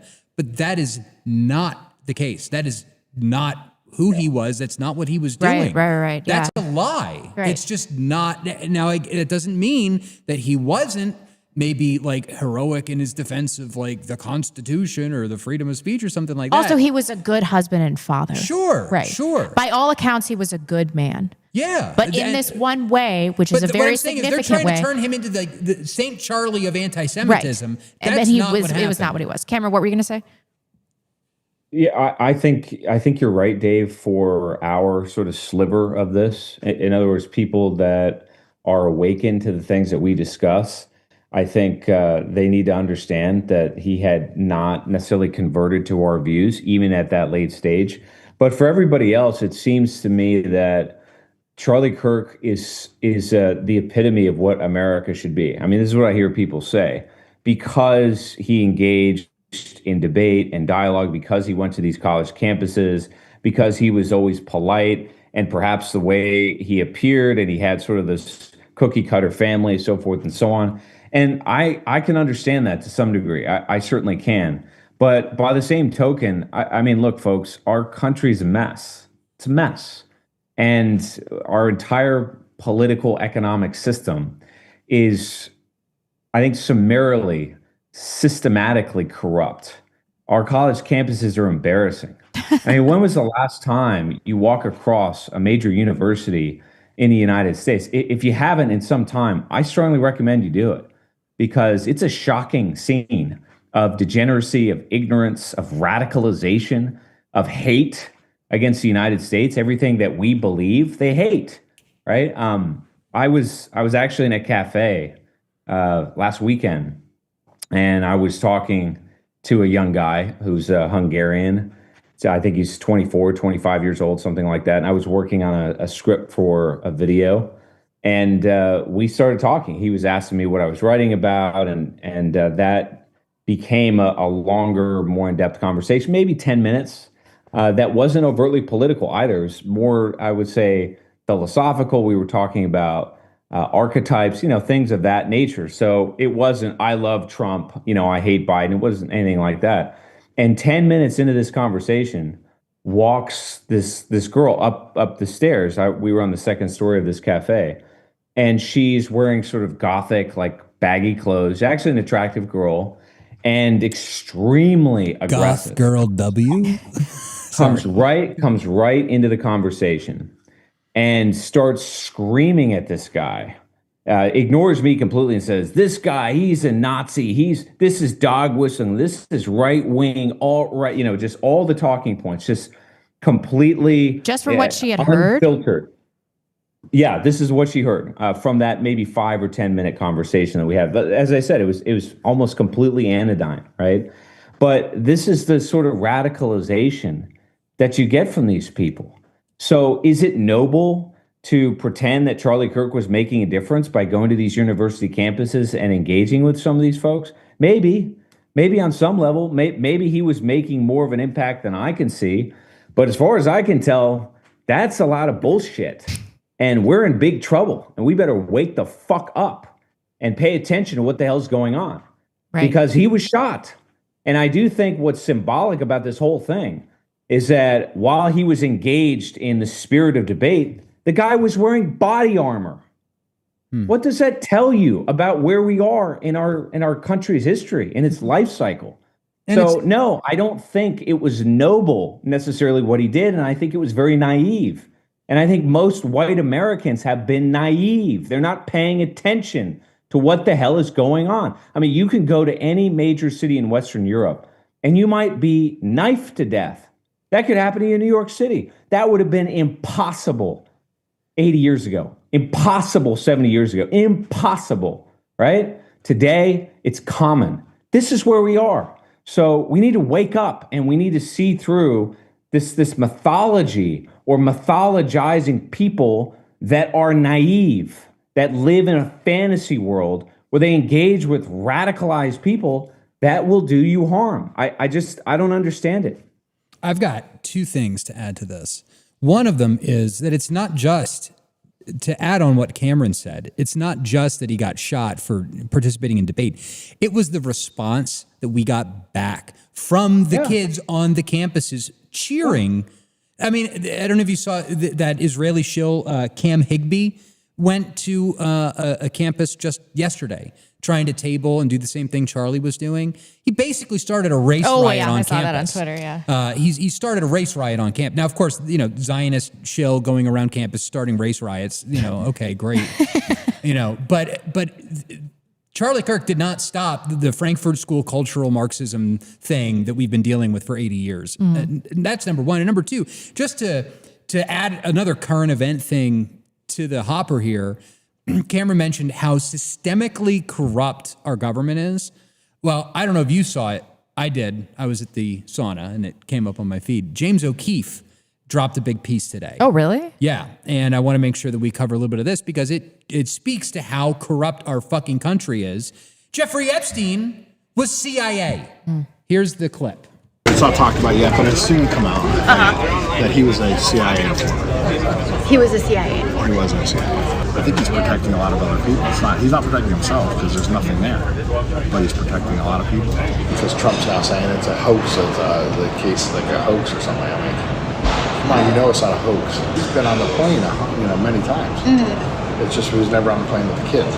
I've seen the itineraries and I've interviewed all of the victims. There's never been an instance where Trump was on a plane with these kids and a rape occurred. Anyway, you get the idea. Oh, man. This is a DOJ investigator who worked with the FBI. Right. That somehow they caught this guy in like an airport and he's on record. Epstein How hot are the women that they are using? By the way, where's Chuck Johnson? Yeah. Where is Charles Johnson? Charles Johnson is so vindicated on this. He's been taken to court. He was sued, $71 million judgment against him. He's been saying Jeffrey Epstein was CIA for like 3 years now. Yeah. And here it is. That Epstein was working both CIA and Israel. This is an important point because, as Cameron has mentioned many times in the past, this Epstein thing is not going away. And during the Charlie Kirk, debacle, things like this are getting buried. I hadn't even heard about this today. Hadn't even heard about this. And they're trying to put us back on the reservation to the GOP that covered this up. That covered this shit up and is trying to make us look the other way, not talk about this. Pam Bondi with her hate speech legislation. That is where they're trying to take young men. Yeah. So the discussion question that I had for you guys, although we covered a lot of it, and this is a discussion that everybody is having, is the sentiment that was produced in this memorial, I think that it is obviously a net negative. I think that this is a negative development for the dissident right. But I'm seeing a lot of people in the dissident right saying, especially Christians, like, any way people can move to Christianity is a positive development. Any way we can unify, or Tucker Carlson talking about the Jews. This is all moving the Overton window. This is all a positive development. I could not disagree more for the aforementioned reasons. I just wanted to close out a little bit with a discussion about this. Cameron. I disagree with you, Rebecca. I think what they're saying is right. Look, death is a very powerful thing. And if you look at Charlie Kirk's, the tragedy of what happened, Charlie Kirk's life symbolizes something, symbolizes what we talked about a moment ago. It symbolizes the politics of dialogue, which is an assumption that there's a common framework of reality, maybe a common moral consensus. That consensus disintegrated a long time ago.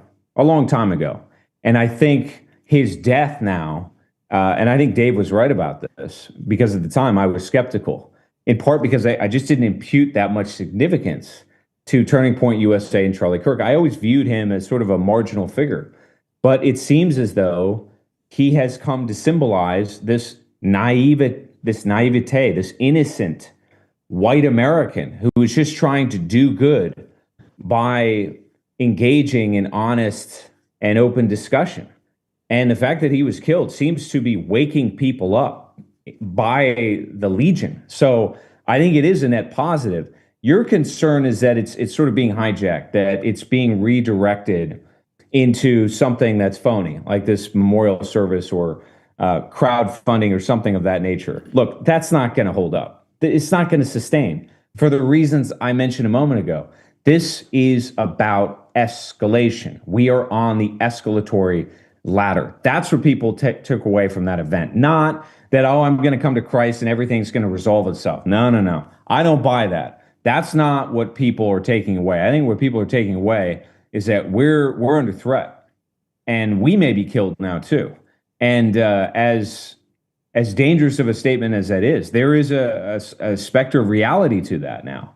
There's no question about it. And I sent you guys some videos in Instagram. I maybe you can bring it up, Dave, but one of them shows these black guys parading through the streets of, I think, Chicago or New York, and they are basically celebrating the death of Charlie Kirk. And that tells you something else, that this moment hasn't unified us. It hasn't brought us together. If anything, it's rigidifying, it's radicalizing both sides against one another. So I guess the answer to your question, Rebecca, is this is bigger than any force of control or stabilization. It's now something else that's out of control. And the forces of instability are beginning to overtake the forces of stability, which is scary. There's no question about it. But there's an injection of reality now that people understand the stakes better than they did a few weeks ago. They understand that we are now facing an existential crisis. We have been for some time. This is what you and Dave and countless others have been talking about for 10 years. Well, now they're finally starting to get it. So actually, yeah, I think this is a wake-up call. Wow, 30 seconds of Cameron talking to just absolutely make me change my own mind on something that I fervently believed like 30 minutes ago. What do you think, Dave? Well, I mean, I think that the event, the memorial service or whatever, it's a pacifier, right? They're trying to pacify people. The money thing, again, although grifty and really not good look, in my opinion. No, indeed. Again, it is to give these boomers a button to push that makes them think, I did something. Yeah. I've done something to contribute. And I think Cameron's right that that's not going to work, because fundamentally it's all very superficial. It's like, we live in a country where a guy got assassinated for speaking, right? For trying to defend the Constitution and speak. And then these people are walking around town saying, fuck Charlie Kirk, we want you dead. They're sending people into ICE facilities and fucking that up massively. We're in a low-grade civil war, in a way. And the point is that half measures won't do. You said that earlier. We've got to be on our side, reaching deep down for something to fight for that is life and death. Because this bullshit red and blue politics thing, my guy, your whatever, it's an existential crisis that we are facing. Our way of life is at stake in this country. This is a fight for survival. It's a knife fight, and they will kill you. And so if you are not ready to put your life on the line for what you believe in, get the fuck out. Yeah. Get out now. Absolutely. Because that's where we're going. I hate to say that. I don't even understand it emotionally to say that. You know what I mean? I can say it, I understand it intellectually. This is going to come home for a lot of people. I am very afraid to say, but I think in the next 10 years, political assassinations are going to go through the fucking roof. Oh yeah, it's going to be like South America. We're all going to know someone who's going to wind up getting shot, getting stabbed. Something is going to happen. But that's where we're going. Mm-hmm. And so thoughts and prayers ain't going to cut it. Donating $50 to TPUSA is not going to turn back the tide of left-wing, indoctrinated, Marxist, transgender freaks that are coming for your kids. Yeah. They're coming for your life. They're coming for everything that we have ever held dear. And they don't know shame. They don't know guilt or remorse or any of that. Right. They don't know any of it. Right. And then those that are secular don't think that there's going to be no eternal outcome. And then the Jews think that they are righteous in their cause. So we are facing a very dangerous enemy here. Yeah. No, and we're also hitting that, we're hitting round about that 2-week moment that Sam Hyde gave, right? He's like, what we do in the next 2 weeks is what is going to make a difference here. And what are we seeing from the Trump administration? Jack shit. Yeah. Nothing. Yeah. Nothing. He uses the memorial to talk about Tylenol and autism. What the fuck was that? I know. Dude, listen, I hope Tylenol comes for Donald Trump and takes his ass in court so hard because this was a really stupid move because it's the fucking vaccines. It's the vaccines, it's right? Not Tylenol. Go ahead, Cameron. Oh my God. I was just going to say, look, naivete is not a virtue. It's not. And I just cannot stress that enough. I think if you look back 2,000 years at Western civilization, I think the two most important philosophers have been Plato and Nietzsche. And Plato, famously, is sort of the father of philosophical rationalism. And he used the character of Socrates as a muse, as a vehicle to engage in dialogue. And Nietzsche's view was diametrically opposed to that. Nietzsche's view was basically that dialogue was a last-ditch resort. That if you had to rationalize, if you had to make a syllogistic argument to convince somebody of something, you had already lost. And that's sort of how I feel about Charlie Kirk. I mean, I at the moment am in Budapest. And when you're in Budapest, there are incredible vistas. I mean, you go to certain parts of the city, like the place where Saint Stephen is, right? Yeah, like the Saint Stephanus Rex statue, and the Cathedral of Mathis. So you can bring it up on the screen. Hold on, I've got some photos of that. I'm going to see if I can pull it up.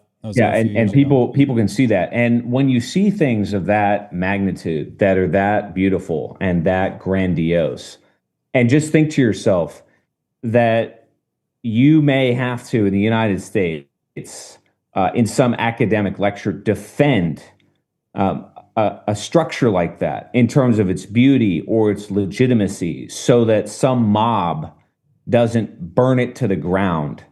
That tells you where we are. Right. And that was the politics of Charlie Kirk. It was the politics of trying to weasel your way through this logical minefield of people who don't accept any of the premises required to make the argument in the first place. And that's just not a very intelligent or productive exercise in my sense. And I think an alternative way to look at it is frame. You know, this is a word that I use a lot, particularly with Rebecca, but frame is so important in your life. It's so important, particularly as a man, when it comes to a woman. In fact, dealing with a woman is a good analogy for what we're talking about here, because when you're trying to court a female or you're trying to attract a female as a man, the absolute last thing, and in fact, you should never do it, is to try and make a logical argument why she should go out with you, right? You should never meet her for coffee and say, well, you know, for these 3 reasons, I'm a great catch and you should go out with me, right? That's absurd. Why is that absurd? Because the female's not attracted to that. They're attracted to something called frame.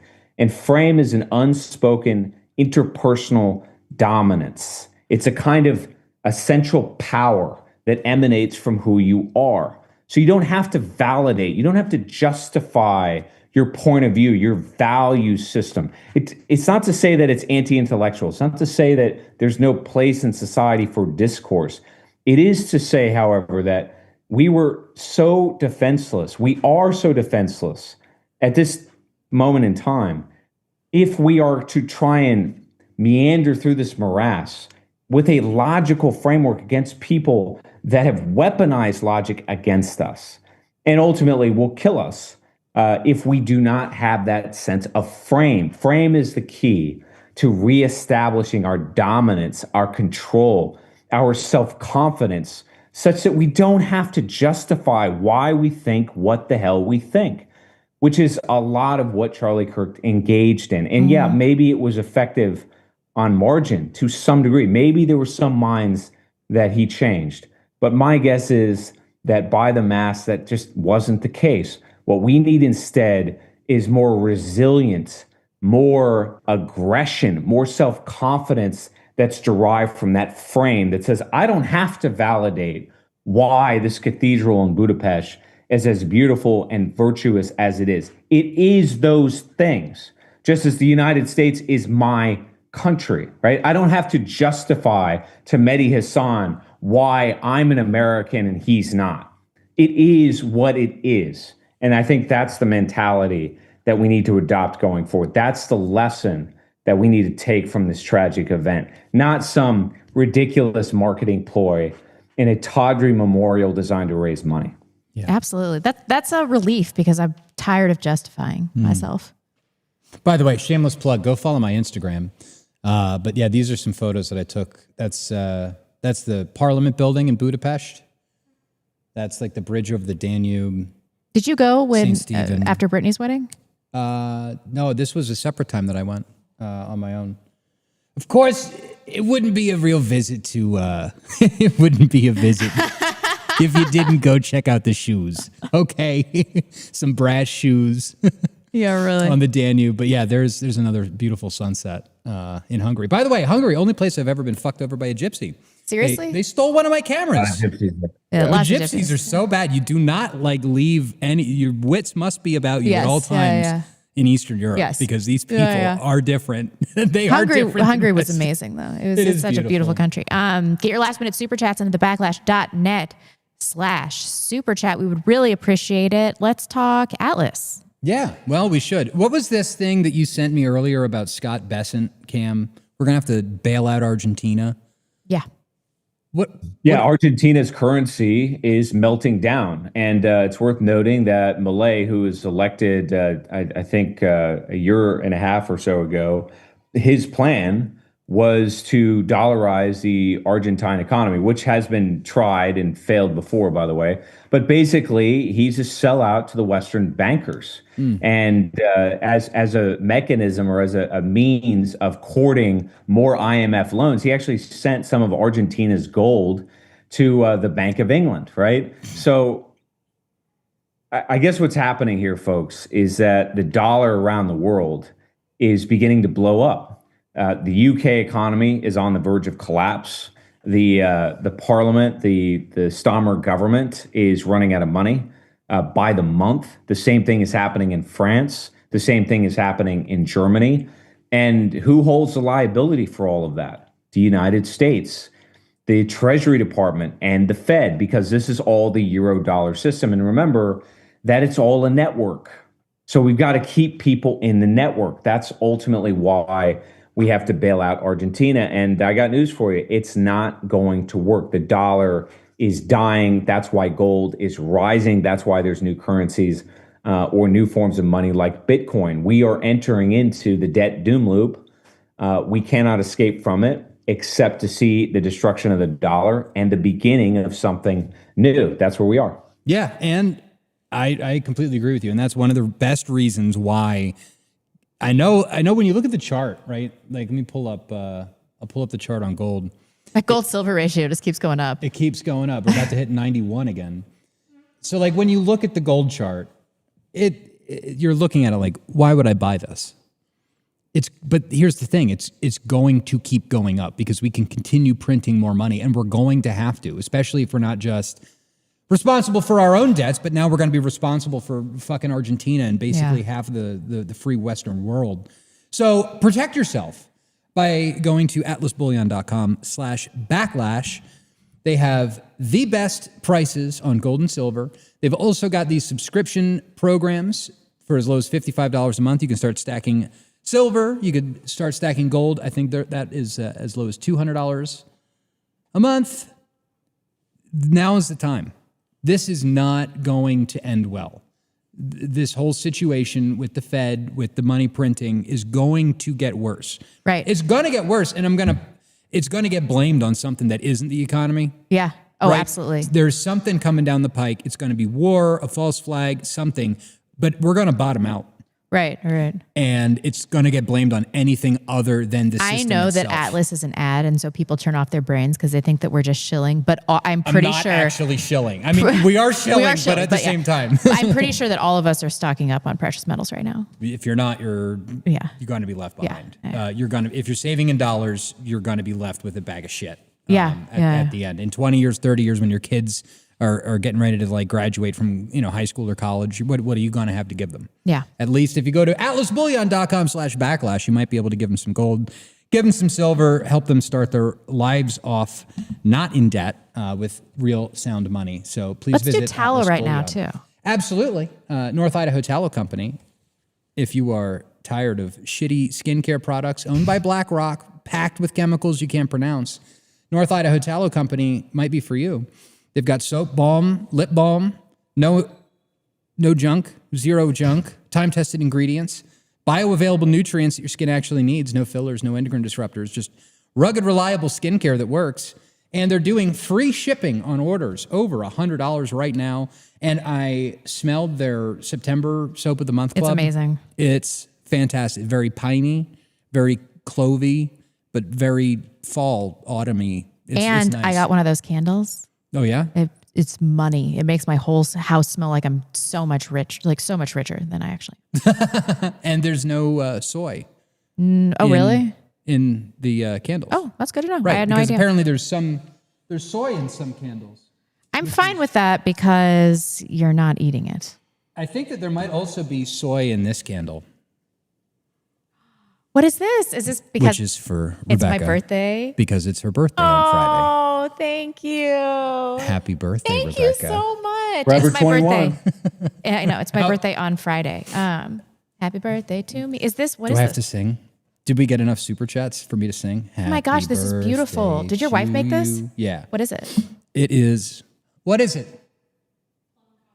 Oh Plum my God. coffee cake? I love you so much. I'm going to try this. Good job. Oh, that is bomb. Thank Holy you. shit.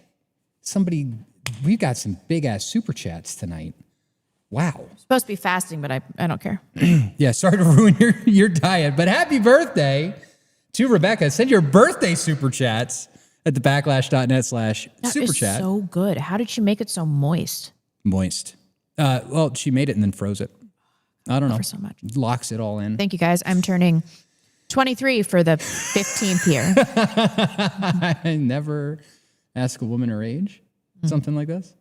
All right, let's do a couple super chats real quick. Hold on, let me pull up my super chat stuff. Entropy, holy macaroni. All right, starting on Entropy with Unreconstructed Human, who sent $15. Cameron, I received your answer to my rootless cosmopolitan question with joy. I offer my gratitude for your laborers. What would a unification of Christendom look like in some hopefully near future? You mentioned Charlemagne. Do you envision empire or a confederacy or ? And death to Bitcoin? I think it's simple, right? What is it that's unifying anti-globalist movements across the Western world? Sovereignty, right? We're not in a world anymore that's defined by the politics of right versus left, right? Whether it's international, national, or what have you. Now is about our homeland. It's about our identity. And that's going to be localized. And we can all support one another because we're all pushing in the same direction.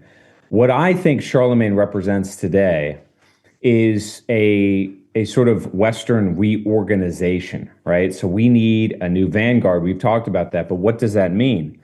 I think we need to look carefully, and I have spent a lot of time evaluating the Bolsheviks and the communists and how they organized themselves. And in many respects, the remnants of what they built is what ended up being the IMF and the World Bank and everything else. So they subverted to their ends. And we've got to replicate that. So we need financial umbrella corporations. We need academic institutes. We need to think differently about how we're organized politically across nations, across the West. So that's what we've got to do. And it's very difficult to some degree to do that, in part because all politics are local. That's not necessarily a bad thing. But I think for us to prevail and realize the vision of Charlemagne all over again, we've got to have a sort of internationalism about us in terms of organization, in terms of financing, in terms of vision, right? And that is what I'm working to achieve. Based. It's the best cake you've ever had. You had to like turn the microphone away so you don't like people don't hear you eating or whatever. Great. Yeah, no, it's been interesting. I've been a little short on content, so I've gone back to the Zoomer historian stuff, and I've been marathon listening to the life of Uncle A. Oh, isn't that a great one? Bro, it's such a good series. But I was just also thinking, about this question of Charlemagne. It's so goofy. We like pledge allegiance to a constitution. We pledge allegiance to a piece of paper. We used to pledge allegiance to kings, to people, someone that you actually, like a real person that you actually entrusted with your future, right? And then that person also kind of like swears an oath back to the people giving allegiance that they're going to do what they say they're going to do. And we have gone so far away from that. And I've just been thinking about that a lot. It's an interesting thought. But we're gonna get back there, and the key is, as I say, it's this sort of cottage industry of organic associations, right? Manor buns, men's groups, right? Think of a modern equivalent of like the Knights Templar. These kinds of organizations are being built in some way, shape, or form. Our job is just to provide some kind of common vision and financing so that they can scale properly. And we're all pushing in the same direction to reclaim our sovereign right? To our countries, to our inheritance. This is happening in Australia. It's happening in New Zealand. It's happening in the United States. It's very small right now. It's embryonic. And nobody is arguing necessarily what I am, that it all sort of needs to coalesce together.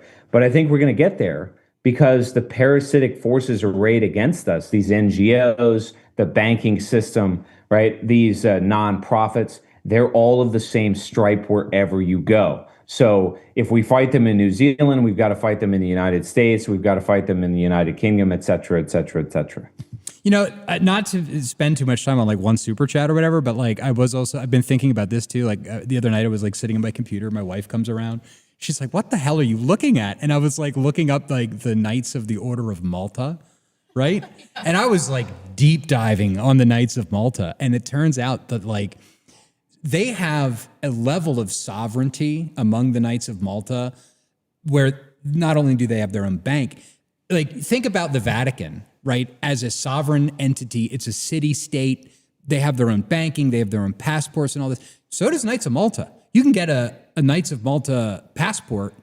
They don't actually own Malta anymore. There's something new there. But the idea of having this kind of international structure of finance, banking, the ability to like disseminate news and information to like this like diaspora of people all across the world that are all spiritually and financially tied to one another. I'm like, holy fuck, we need to take over the Knights of Malta and like weaponize that, for Christendom again. I don't know what they've been doing, but jeepers creepers.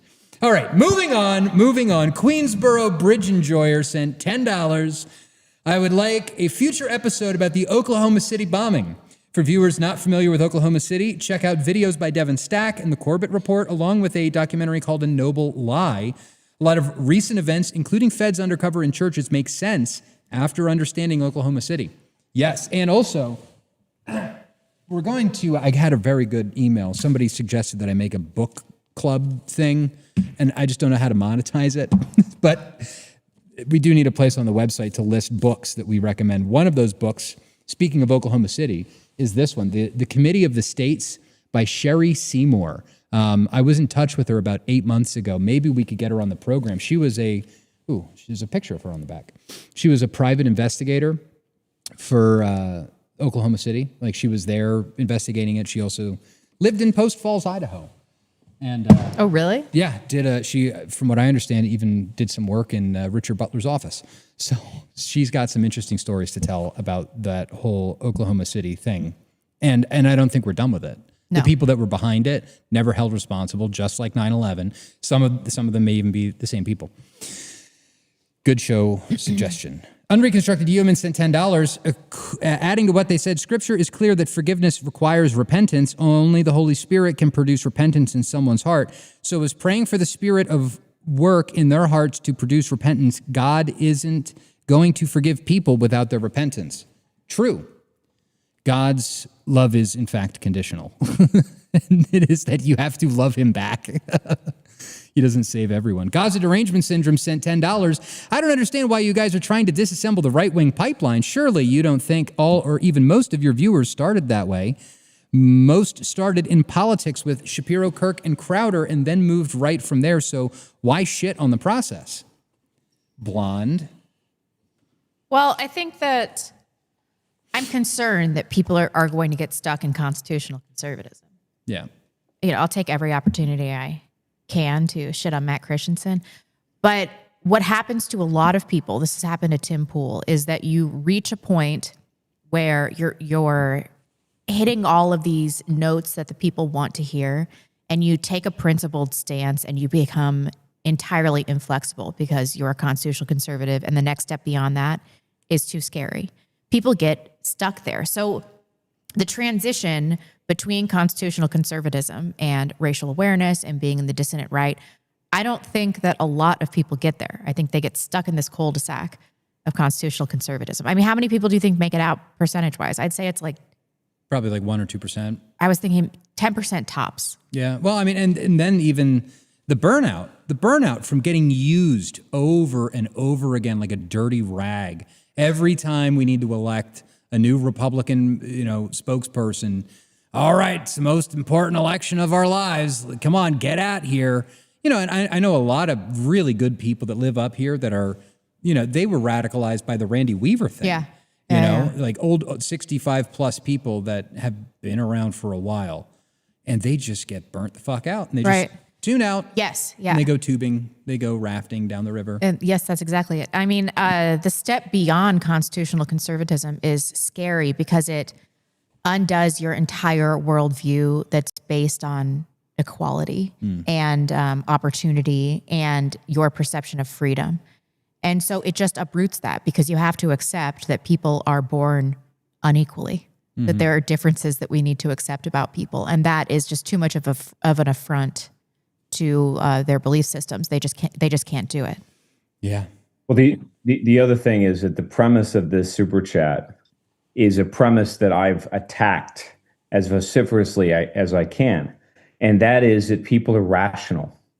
People are not rational. People are emotional. And neurologically speaking, we know that. Yes. Right?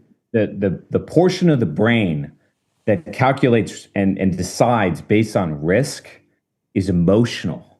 It's not rational. Now, I say that in part because there is this assertion from a lot of people on the right. Again, I don't like that term, but let's just say people that are politically savvy who project onto others their characteristics. They tend to be intelligent. They tend to be a bit more discerning. They tend to read through literature. And so their assumption is that, well, others have to go through this exercise that I did. They have to be awakened in a particular way because that was my process. Well, Jonathan Swift said you can't reason somebody out of a position they didn't reason themselves into. That's one. But the other is that if people are emotional and you reframe the way that you think about human nature in that sense, you don't have to go through this laborious process of re-educating the population. Because when you're emotional, you can swing dramatically from one pole to the other. Right. This is why I keep trying to convey to both Dave and Rebecca, who themselves don't really believe what I'm saying. They really don't, because they're so embedded in a kind of rational framework over the last 10, maybe 20 years, because that's the process that they went through. And so their assumption is that everybody else has to go through that gauntlet. That is not the case. There's one other thing I want to mention here too, and that is that part of what we have tried to accomplish with the Backlash, part of the purpose of this show, is not to have discourse about cultural issues. This is not the Tim Pool show where we discuss the culture war or we just sort of shoot the shit. The purpose of the Backlash is Inception. And Inception is one of my favorite movies. If you haven't seen the Christopher Nolan film Inception, you should watch it, because Inception is about trying to convey and unleash a particular idea. Now, what's noteworthy about that concept is that Inception is not about implantation. We're not trying to implant an idea that's foreign and separate from those of you who are watching and listening to this. You already think and feel much of what we say. We're trying to get you to release what's already there. And that can be very scary. But that is the purpose of the show. It is to incept a reconfigured understanding of where we are. Part of that is the recognition that people are emotional, not rational.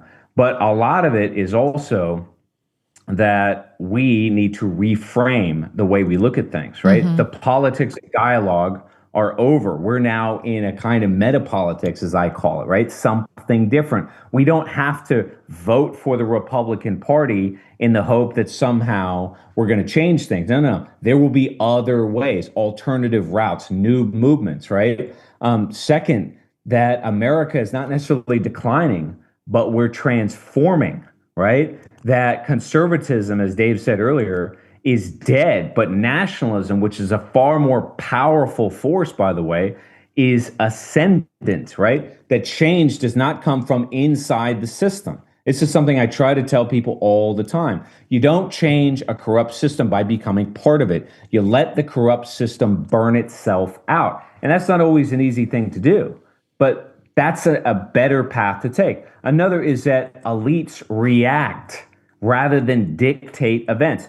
All of you, because of your cerebral sense, right? You favor this sort of rational argument. You think that, well, the elites control everything because of the propaganda machine. And I've tried to tell you that's not the case.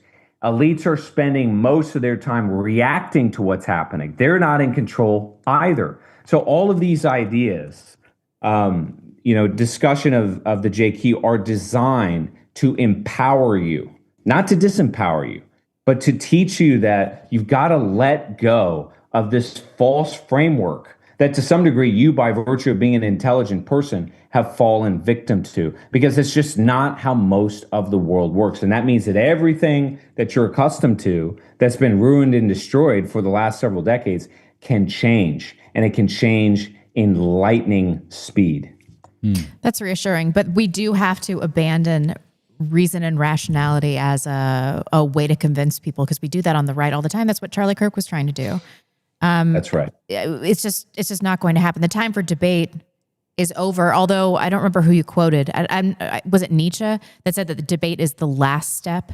I mean, yeah. I think that we have kind of used it as our first step because we knew what was coming, and we wanted to make sure that morally we covered all of our own bases before things got more serious. But yeah, I totally agree. I mean, maybe we should use the emotion and the momentum to further the movement. Well, we have to flex, right? Again, going back to frame, if you have to tell somebody you're great, you're not great. If you have to tell somebody you're strong, you're not strong. We just need to be who we are. And we don't need to over-intellectualize that process. I think it was Ralph Waldo Emerson who said, do the thing and you'll have the power, right? So how do you deal with some radical, crazy person who comes up to you? You don't. You just move forward. There's nothing to be gained from an interrogative with somebody that's delusional, that's radicalized against you.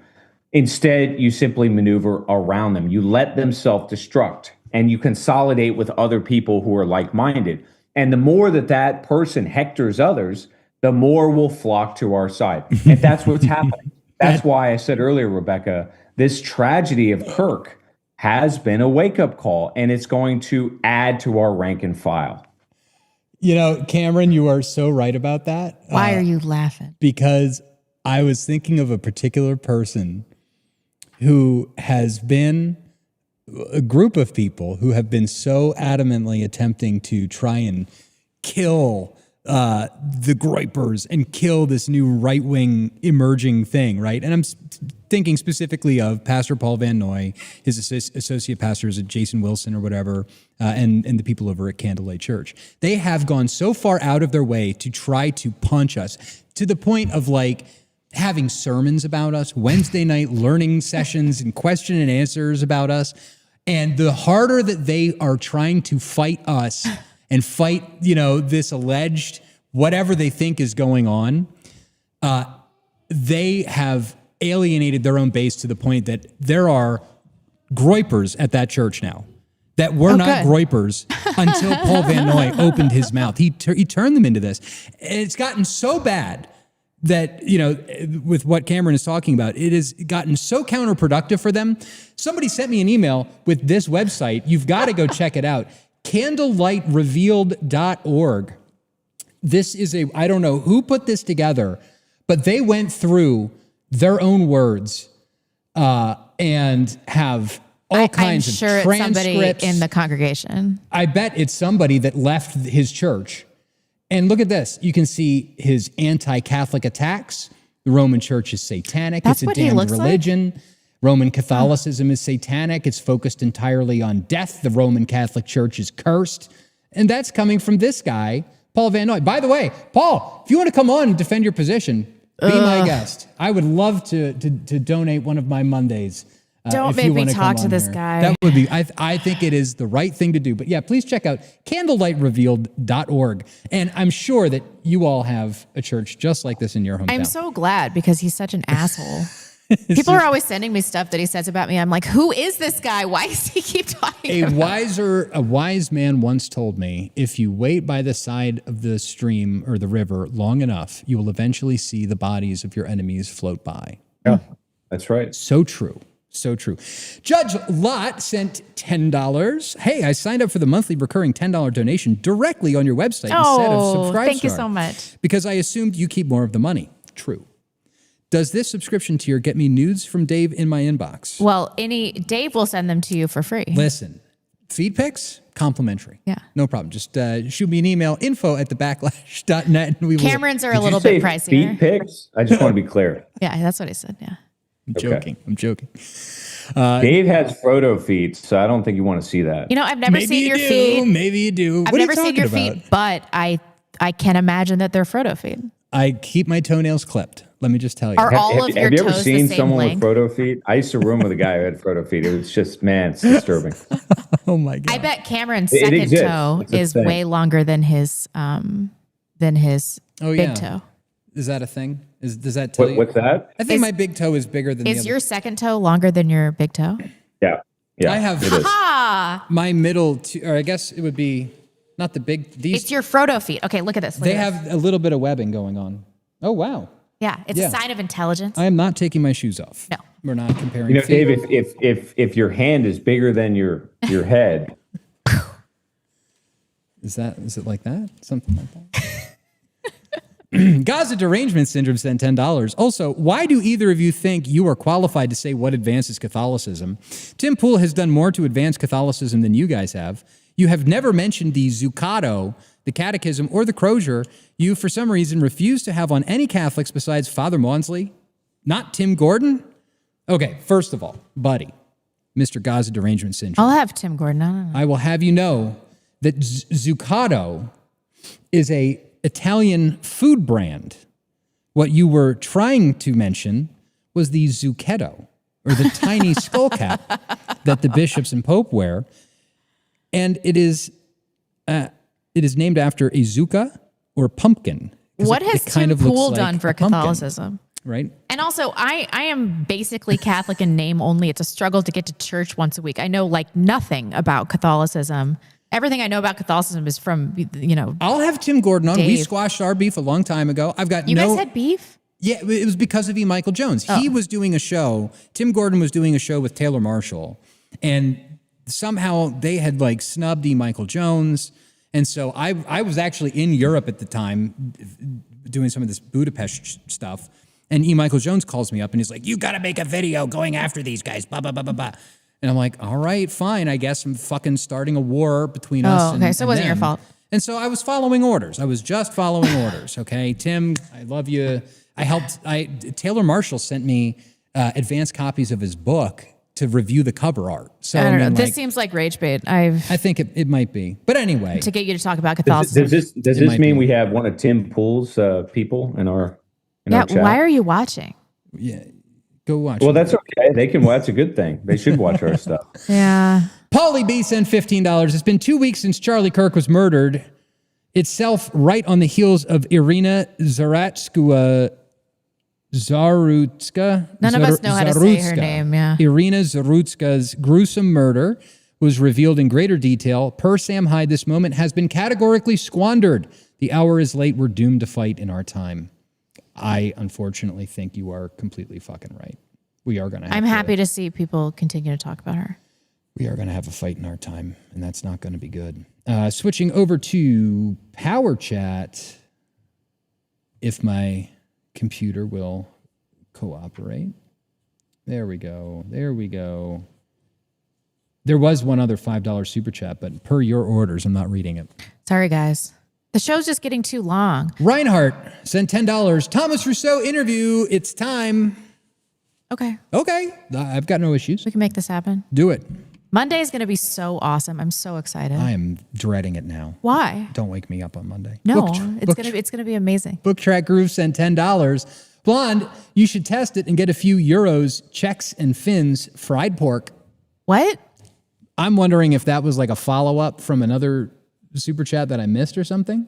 It must have been something that we were talking about.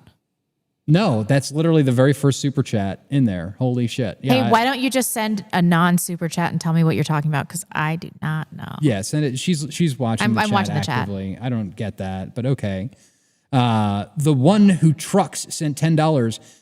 Dave and I once made love. Whoops, wrong show. Anyway, as a trucker, I'm curious how this H-1B circus will help clean up America's roadways vis-a-vis Punjabs and others who don't assimilate. Best regards. I don't know. I don't think it's going to affect trucking. I mean, they would do more. What? It's funny. It's a funny super chat. They are going to do more by enforcing CDL license standards than they are with this visa in terms of trucking. I mean, they're just giving those. Isn't it true that those Punjabs that massacred that family were driving illegally? It was a black family.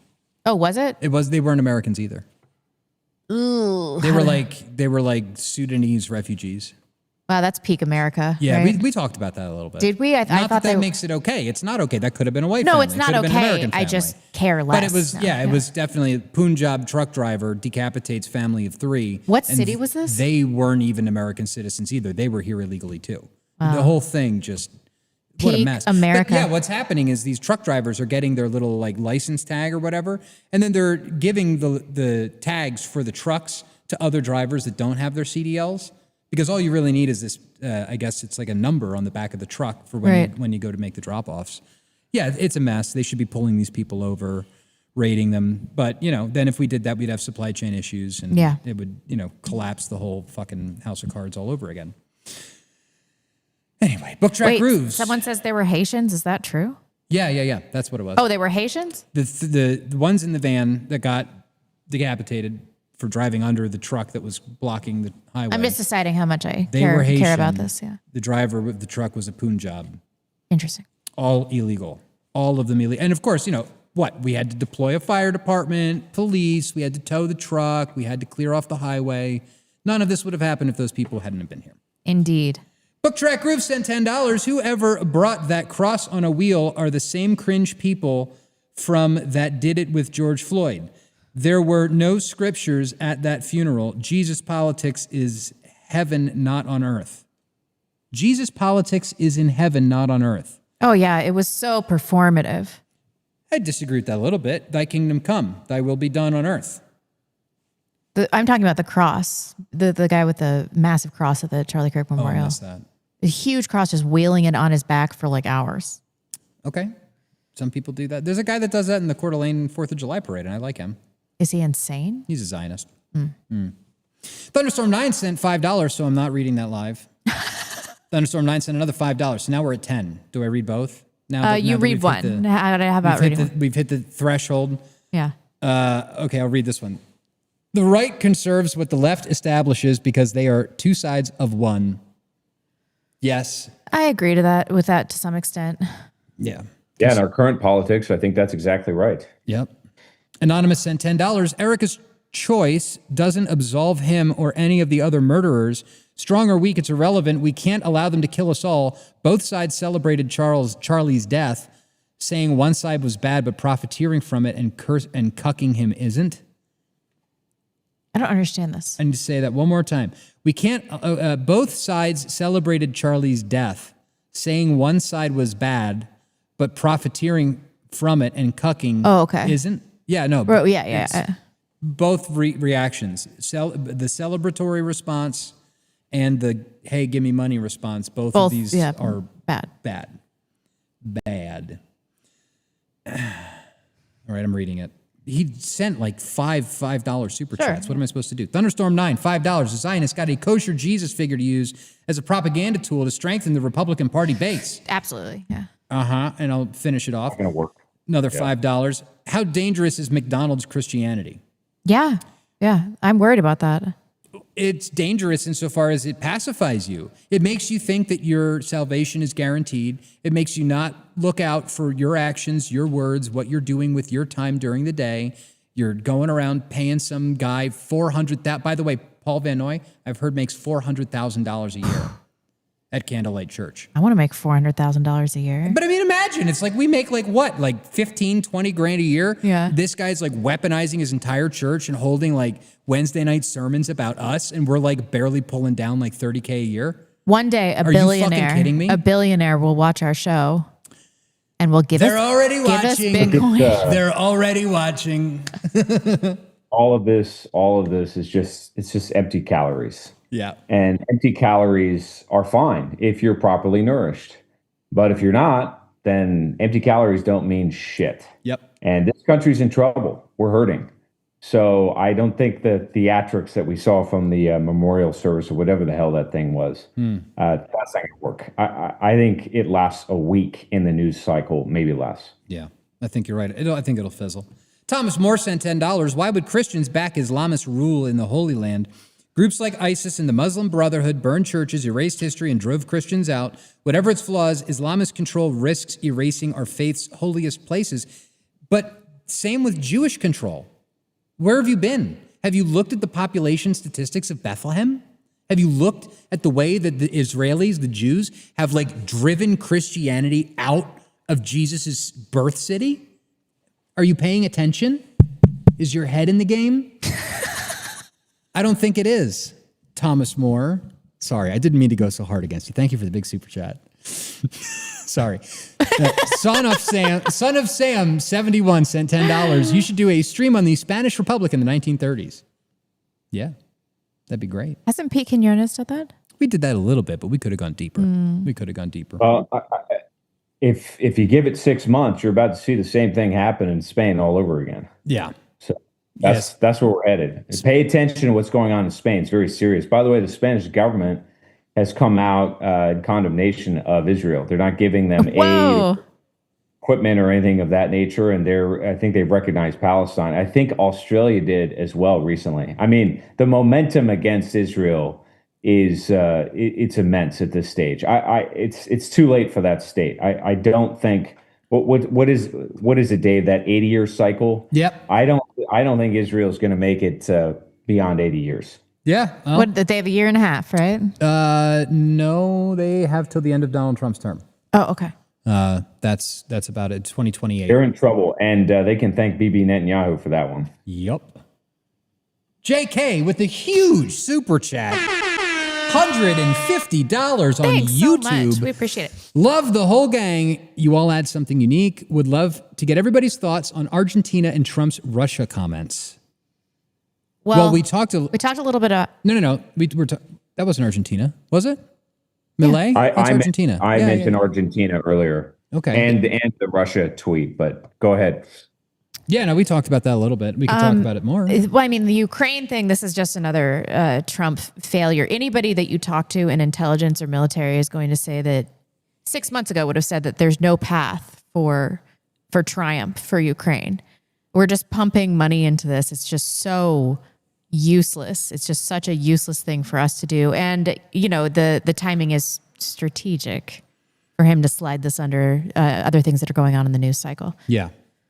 Yeah, no, he should have done what he said he was going to do, but he never. As he always, didn't do it. Yeah, that's like the mantra, I'll have right? the war done Yeah. in 24 hours. Okay, well, Just two things on this. Look, it strikes me that whoever is elected president at this stage is irrelevant.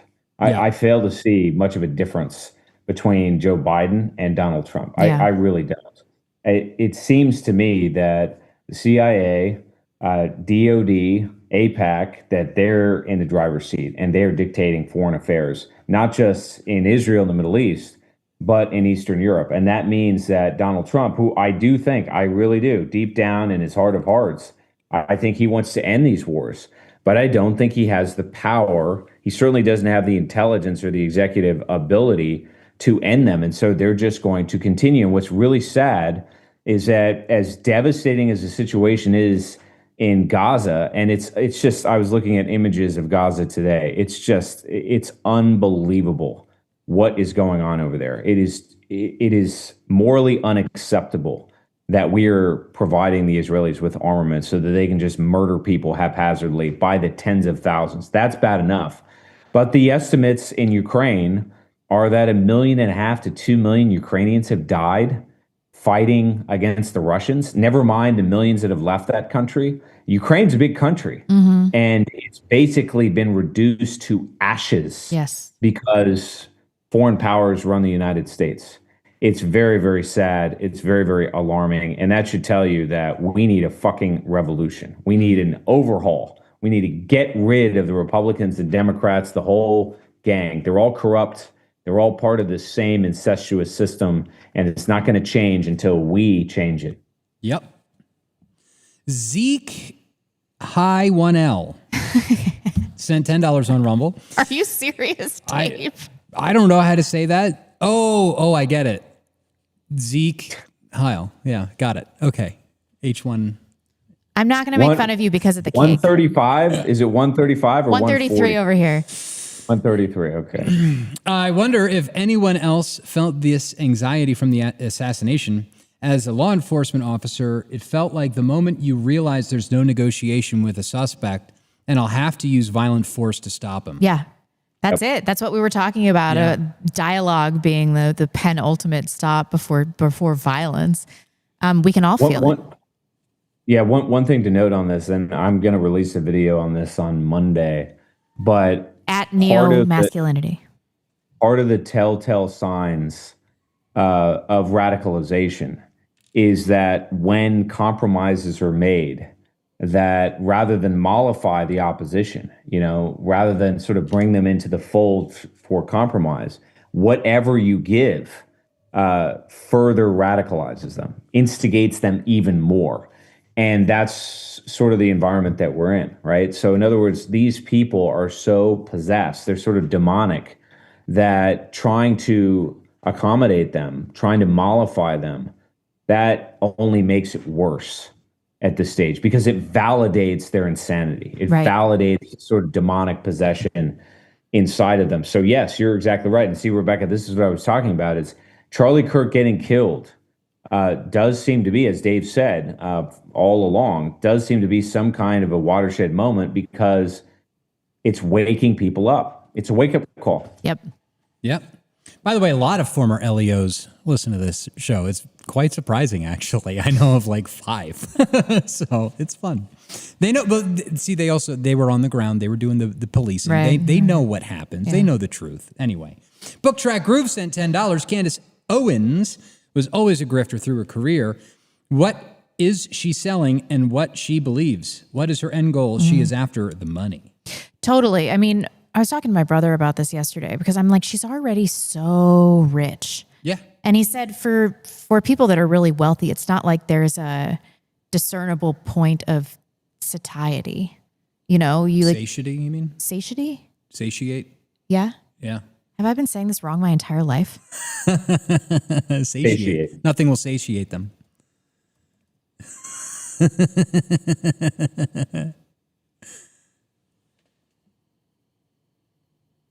Oh my God. Pause. What does it say? Is it playing for you? Yeah. What does it sound like? What do you think it sounds like?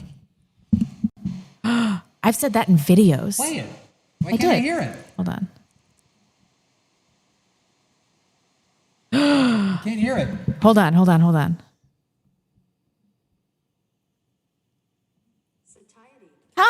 Satiety. Okay, maybe. Satiety. I can't hear anything. I haven't heard that word before. Oh, thank God. All right. Satiety. Okay, God, fine. you guys scared me. I forgot what I was saying. I don't know. I was saying something really smart, and then you acted like I was an idiot. Rich people. How have Candace money. Owens can be satisfied. Yes. Okay. So there's no, I said, discernible point of satiety. I stand by what I said. Fair. In terms of super wealth. So she's worth $130 million, but she probably wants to be worth $1 billion. Yeah. Smart. Well, I don't isn't even it know what I just would do about with it. clicks for her? I mean, I don't. Yeah. Is she a grifter? I don't know that she is. She's just a social media entertainer. She was an actress with a. Do you guys remember this? It Yeah. came out that she was like on this like Jewish I talent remember. agency. Yep. With And then Scott she had Pressler and a couple of other people that the were social. Oh, what was it called? Parlor. No, she had that doxing thing. The social blacklist. The social. Blexit. Help me out, guys. I have no idea. I can't remember, idea but what it you're would talking about. dox people that made anonymous comments online. What? The She did that? social. Come on, guys. The Didn't she become famous because of Charlie Kirk, or did she Yeah. make Charlie Kirk famous? No. She was propped up by Fox and Charlie Kirk and She didn't just explore talent. She made a super viral video, and I actually had her on the Matt and Blonde show back in the day. Hold on, let me find Candace Owens explore talent. Social autopsy. Thank you. There we go. Satiety. Social autopsy. I can do things. Nice. I thought it was satiety. Here's this. I stand corrected. Explore Talent, right? She was on Explore Talent. This is a Jewish-owned talent agency. She's an actress. Who is this? Scott Pressler. Ugh. Lauren Boebert. Ugh. All got their start at the same place. And he's Israeli. So I don't know what to think. Well, I mean, that doesn't mean she's untoward. You know, who knows? But then what about the connections with Rebecca Mercer? What about the setup with the husband? What about Parler? What about the funding? What about all? There's too much going on there to be ignored, I think. Anyway, Dude Mon sent $20. I've never heard Dave be as correct as he was today. People can't help getting charged up. Not necessarily a bad thing. This single event will be forgotten, but it is one more drop in the lake and the dam is close to breaking. That is true. Yeah. Exactly. Yep. We are the storm. We are the water the dam is holding back. There's that meme. I think I posted it a couple days ago. Alexander sent $25. Charlie Kirk didn't change anything in the last 4 cycles. We are getting in just the being of bad time. You think it's bad now. Look at past when people had to eat you own children in Ukraine. History tends to repeat itself, but it gets worse in time. He's talking about the Holodomor. Yeah. I don't think English is his first language. That's okay. That is okay. That's fine. I understood what you were trying to say. That is spoken like a true Slav. The Slavs will say things like that. Look, I think hard times are coming, but how bad they'll get, I'm sure I don't know. I do think that this is going to resurrect Western civilization, and the hotter it burns, the greater the likelihood that we are going to ferociously awaken. We need that, right? Because the alternative is incremental, imperceptible decline. And then we wake up in 50 years and we're all living in Bangladesh. That is my fear. That's what I don't want to happen. So exactly. Let's bring it on. Let's deal with this now so that we have the best chance of restoring order and reclaiming Christendom, right? Yeah, amen. Bill Biz sent $50. Thank you. Happy birthday, Rebecca. Thank you so much. Thank you for the big super chat. Definitely looking forward to it. Just kidding. Are we going to do anything? We're going to go out, have a party? No, you know what I want to do? Be at home without the kids, not being touched, doing what you want to do for maybe 4.5 hours. How did you know that? I have a wife. Oh my God. Okay. Well, I've been intermittent fasting for the Marine Corps ball because I'm trying to lose 8 pounds of baby weight. So I only eat for 4 hours every day. Okay. The 4-hour window, except for that cake, which as soon as I took a bite, I'm like, I'm going to house this whole thing. I don't give a shit. And then I ate it on camera. So it's never happened before. But on my birthday, I really want to go to Five Guys. Ooh. Yeah. That's all I want to do. And then be not touched and be left alone without kids for 4 hours. That's like a very small ask, but yeah. Not in my house. Robert sent $25. It's me, Robert, and I sent $25. Happy birthday, Blonde, from your Telegram chat. You look great for 30. What's your secret? I know, I guess right? the Idaho tallow soap combined with harnessed Jew hatred is great for the skin. 07. Racism has really let out my inner glow. But also the Idaho tallow for real, balm, the face balm, this stuff, it does work. I am shilling, but also I do use it every single night. Nice. I use it every day. I've noted the lines on my forehead don't seem to be as bad. That's because you're getting... Dave, you're like 25 years old, man. Bro, I'm 36 going on like 90. I feel When do you turn 37? Yeah, but we don't age. We don't age linearly. You guys know this, right? It's a step function. So from like 25 to 34, right? There are these key moments when you age in spurts. But during that sort of 25 to 30 period, you're basically the same age. And then you enter the next spurt, right? So 25, 36, I think it's like 20 to 32 or 33, something like that. And then it's like 33 to 41. I don't know. There's a lot of research on this. You age in spurts, not linearly. Yeah. I don't know. I mean, I take good care of myself and I exercise a lot. And if my hairline recedes anymore, I mean, the widow's peak thing is cool, but like I'm starting to get a little. No, it's fine. You're not going to go bald. Spot on the back. He's like, I'm going bald. I'm like, no, you're clearly not going bald. I feel Chill like out. I'm going bald. Here's a tip for everybody on how to age well. Sleep.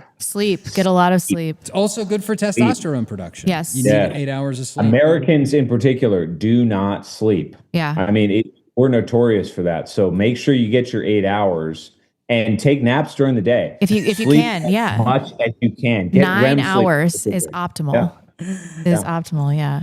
Also cut out seed oils. That's been huge. Tuning into the backlash for that, life coaching that you just can't get anywhere else.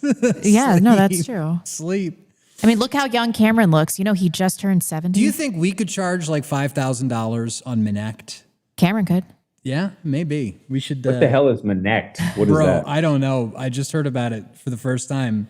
But it was Nick went on Patrick Bet David, and I guess Patrick Bet David does some sort of like weird thing where he puts, he'll bring somebody into his studio, do an interview with them, and then put them on this app called Minect, where then if anybody wants to pick the person's brain, they can have like a phone call with them for like $40,000. Wow. It's crazy. So anyway, Nick is charging $5,200 per 15 minutes on the phone. Dude, we'd have to pay that person.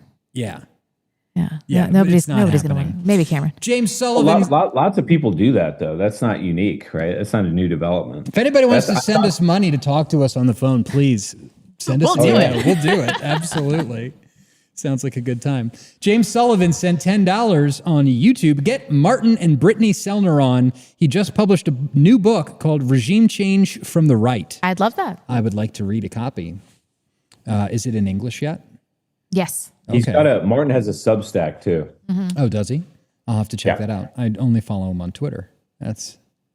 I'm not a good friend. Yeah, well, the kids are on Twitter, Dave. I know. No, actually, the kids are on like TikTok and Snapchat and probably some app that we don't even know about yet. And like there will be a shooter in 3 weeks, and we'll find out about some new app that the kids are using. Whatever, man. I have an Instagram account. So. Instagram is for boomers. Buster sent $25. Girls, just to let you know that JF Garipi is single again. Oh, yeah. I've been seeing him talk about single moms, and he said, bitches be crazy. That was one tweet today. Fact. Oh. Fact. Who is this? JF. We interviewed him a couple weeks ago with Orval in studio. It was a good interview. You can check out on our website. Thomas Moore sent $10. Thanks for the new Super Chat policy, Rebecca. Now, can I watch Matt's podcast on time? Smart thinking. What? Oh, now I can watch Matt's podcast on time. Get out of here. So get out of here, man. That instantly backfired on us? No, I see all the time that I deliberately scheduled the podcast to interfere with Matt's. We didn't? We did not. No. I was going to say it's news to me. No, it had nothing to do with that. And it's his Wednesday show, which is the crummy show. I think we should do Mondays and Thursdays. Whatever. Maybe not. I don't know. I'm still getting used to the schedule with the kids being in school. Yeah. It's like I'm adjusting. Aggie Jet Pilot sent $50. Hi. Love the Monday show. Do more of them. Yes. So for those of you that were not around on Monday, Hermes just like bailed out 10 minutes before the show. We were both sitting here like ready to go Like live. everything, questions prepped, thumbnail done. And he's like, can we reschedule? I was like, no.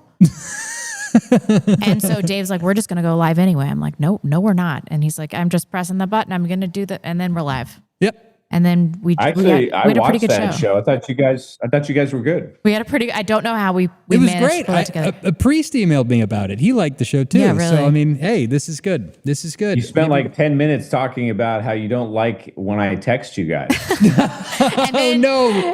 found out. I know. I was like, Cameron's never going to watch this. And then I look at my Telegram after the show and Cameron has messaged me, call me. I was like, what? And then he said, just joking. Don't actually. No, that's so funny. All right. Moving on. Thomas Moore sent another $10. What I have looked at is that since 2007, the Christian population in Gaza has decreased by 2/3. That ISIS burned down several antique churches. I'm just asking if Palestine is a preferable deed holder to Jerusalem for you. Well, listen. I am a supporter of the Kingdom of Jerusalem. I think that the Knights of Malta should go in there by force and take it over. I don't think that the Holy Land should be in the hands of anyone else but the Vatican. To be quite honest, we should give the Swiss Guards some automatic weapons. Vatican. You know, not necessarily. I mean, what are we going to do? The Vatican is the Vatican. I'm just saying, like, that's where Jesus Christ walked. That's where he was born. That's our land. God gave it to us. So, yeah. So now it's time to take it back. Yeah, I mean, I don't really want to see, but I mean, here's the thing, though, right? Like, even during the 1000s and 1500s with Saladin and all of these, you know, the Crusades and the Muslim invaders that you know held the land. We still have the churches, right? Like, they are still there. They didn't burn down all the churches. Indeed. You know, so maybe Islamic Jihad did some of this stuff, and ISIS, by the way, which is Jewish, that's Israeli and CIA together. So, you know, we'll take the other side of that argument, right? So you're suggesting that we align ourselves with a tiny country the size of New Jersey, a population of less than 10 million people, against 2 billion Muslims in the world, 1 billion of whom basically live in the Middle East, who are radicalized against us because we're subsidizing a genocide. How does that make sense? How does that help the United States? How does it help us to wage war against the Persians, against Iran, which is a country with tens of thousands of cruise missiles that could decimate our forces in the region? How does that help us? It doesn't. Yeah. Thomas Moore also sent us a follow-up chat that said, if Cam is correct, then Palestine's custody of the Holy Sepulchre will be quite soon. Cam also spoke of his admiration of Charlemagne, but what would Charlemagne do if the Church of the Holy Sepulchre was destroyed? He would probably wipe out whoever the fuck did that. Yeah. You know, so I think he's assuming what he's trying to prove. I don't know that it's a logical conclusion to assume that if the situation were reversed and the Palestinians were in their rightful homeland and basically in control of the Holy Land, that we would be victimized by it. I don't know. What are your thoughts on that, Dave? Yeah. Ask me the question again. Ask me the question again. I'm so sorry. I was checking the super chats. If the situation were reversed and there were not a Zionist state in Israel, in the Holy Land, and it was in its, I think, its rightful owner, the indigenous population, the Palestinians who live there, where's the evidence that would be a threat to Christianity? No, I don't think there is any. And I mean, like, in this timeline, we're just kind of like, bypassing the Nakba. We're bypassing everything that's happened there for the past 76, 77 years. Most of the resentment that is there against Christians and against, the West, in particular, is because of what has happened over there for the past 76 years. If we had bypassed that whole thing, if the Jews hadn't taken the land away from the people that live there, we wouldn't be in this mess in the first place. It would be the way that it was during the mandate, So, the Islamic invasions, the Islamic invasions of Europe were an existential threat. There's no question about that. Whether it was the Turks, right, that threatened to take Vienna, or it was the Moors that conquered most of Spain, that was a very real existential threat, and ultimately that provoked the Crusades. But that was a completely different time in history. And I fail to see how anything that is happening today in the world resembles that. I don't see it. Yeah, we've got I've got to mention this one because we have an attempted super chat on our crypto super chat platform, and it didn't go through. And I know why it didn't go through. And it's because he was trying to do it with Lightning, Bitcoin Lightning. He said, "Love the show, Dave. You finally included Lightning on the crypto super chat. Love your work. Rebecca, you are a signal amongst the noise. Cameron, new to your work because of the backlash. Dare I say the backlash needs to talk more about Bitcoin? Maybe not in the end. But the reason it didn't work is because we don't have any inbound liquidity on our Lightning server yet. But that's coming. Don't worry about it. It's okay."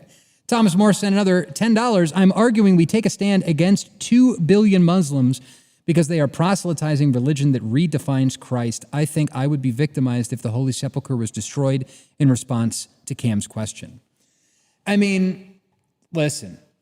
The reason why, just real quick, Dave, the reason why we're dealing with, we do have an Islamization problem in Europe. There's absolutely no question about that. We also have the specter of that in the United States in places like Dearborn, Michigan. There's no question. But who brought them into our lands?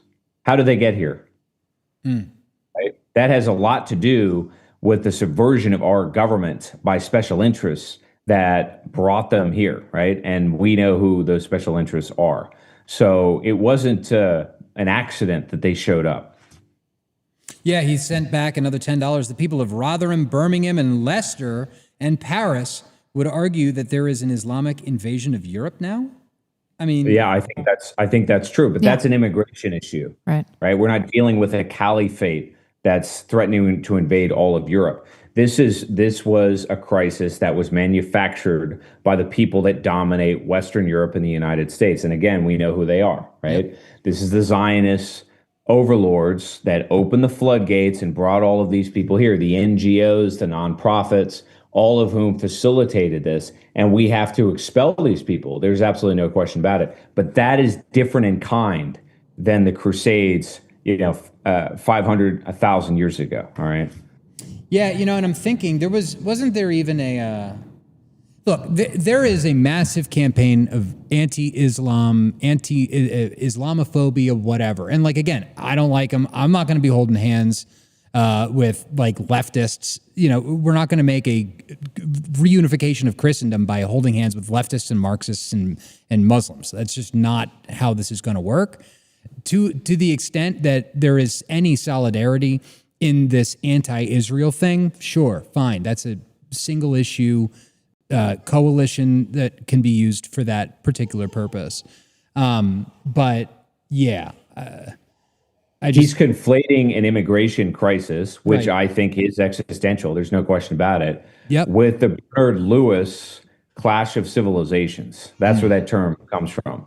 And I don't buy that premise. I don't think that we are at war with the House of Islam. Now, Israel may be, to be sure, a war, incidentally, that they've instigated, okay?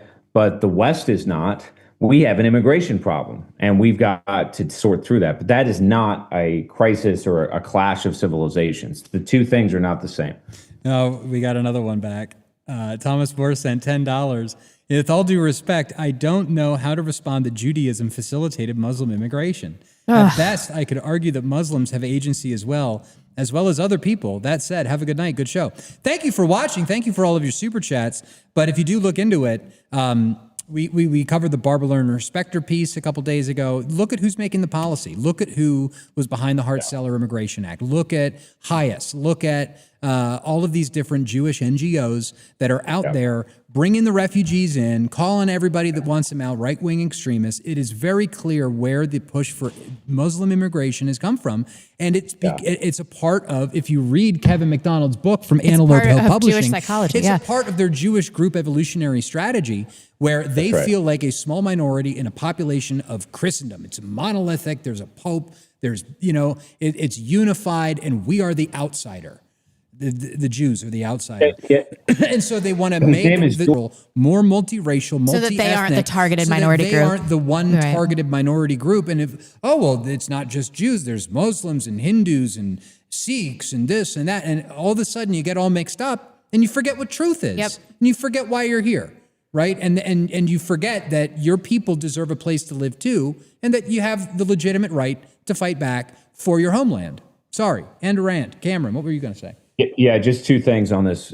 One is George Soros and Open Society. And Open Society comes from Karl Popper. So you can go down that rabbit hole if you want. But if you recall, you go back a few years, we had these waves of caravans that were coming from south of the border, from Mexico and farther south, with thousands of people that were threatening to cross into the United States. A lot of that was financed indirectly through the NGOs, and that came from George Soros. And his vision is to create an open society. The floodgates are open to all manner of foreign peoples to overwhelm the indigenous native-born population to do three things: balkanize it, fragment it, and then ultimately dominate it, or in the case of the Israelis themselves, to resettle. This is a stated objective. It goes back to something called the Yinon Plan, which you can look at in Israel. It's part of, it was inspired in part by the colonialism of the British Empire, right? So you put groups that are noticeably different and in conflict with one another in the same locale so that you can fragment and balkanize and then ultimately dominate them or resettle the territory, which obviously is what the Israelis are all about. So this is in keeping with exactly what their strategy has been from inception. There wasn't some grand Islamic strategy to flood the West. In fact, if you go back to Gaddafi, he warned against regime change in Libya because he said, if you do so, then you will flood Europe with all kinds of peoples from North Africa and the Middle East. So no, this had everything to do with a Jewish elite led by people like George Soros, who want to destroy Western civilization through balkanization and open borders. Couldn't agree more. Barefoot in the Kitchen sent $10. I am Team Erika did it. Holy shit. Jeez. Wow. Well, there's a lot of takes out there. Thomas Moore sent $10. Can I at least suggest that those are simply Jewish names, and ironically, yes, those NGOs are money flush post 1970, because originally they were Zionist charities meant to fund Israel. Many Burkean conservatives are Jewish as well? Question mark? Oh, for heaven's sakes. Yeah, he's conflating conservatism and these sort of the architecture of NGOs and all the rest of it with some kind of domestic or organic political, thought process. It's not. This all has to do with a parallel third rail of interests, right? That was fomenting revolution or revolutionary activity inside of our societies to destabilize it. That's what all this is. That's what all of this is about. We are so close to hitting the goal. Have we ever the first time? Have we ever hit our goal before? Besides the Jake Shields show, where we got Jake Shields to punch Vince James on camera. I know, and Jake Shields. People just assume that he's an asshole, but he's great. He's actually an incredibly sensitive and nice man. He's a vegetarian just because he loves animals. True. Yeah, I can think of other people. And so he didn't want to punch Vince as hard as he could have because he didn't want to embarrass Vince and, emasculate him and make him feel balder. Oh, come on. So he just gave him a little tap. What's the math on this? I can't do math. It would be awesome if we made it to our goal. I just want to Google. That guy should try to deny that Jews are behind everything some more. We're 240. Maybe you should bitch slap Dave to get us over the hump. I'll do it. $245. So if we hit our away. goal, then Rebecca will slap Dave up the backside of his head. I won't. She would. She absolutely would. I totally would. No, that cake was so good. I don't think I have it in me to. Tiger Shark sent $50. Thank you. You guys are great. Happy birthday, Rebecca. Hey, fun fact. It turns out the real last name of the Argentine president is the same as Mr. N of the Levant, Cripsis. Your neighbor K-Mac talks of this at length in The Culture of Critique, as you well know. Benjamin Milikowski is Netanyahu's real last name. He's from Poland, grew up in Philadelphia, Cheltenham High School. And didn't he go to MIT? Yeah, he did. Wow. And then Javier Milei, also short for Milikowski. They look very similar, right? Is Benjamin... Now I've got to search it. Related to Javier Milei. Maybe. No. No. There's no way. No, they're not. AI says no. But they do look They similar. do look a lot alike, yeah. They look like they share... Ancestry. Well, Milei kissed the wall, Yes, he and he's working for Western bankers. There's no question. That's in part why he dollarized Argentina, and he shipped, as I said earlier, he shipped some unknown amount of Argentina's gold to the Bank of England, right, or to the IMF to secure more loans, as if that's going to work out for Argentina. Here he is at the Chabad Center in Brooklyn. 770 Crown Heights. Hanging out. Pretty sure after he got elected, that was the very first thing that he did was he literally hopped on a plane, left Argentina, and came to Brooklyn. So, yeah. He's not Catholic. This guy. Good Lord. No.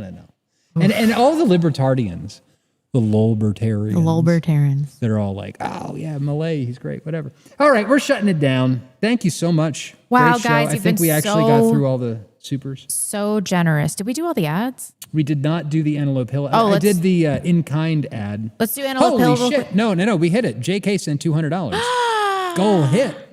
This is the first time. Thank you so much. High five. It's taking a minute to refresh. We did it. Hell yeah. Fantastic.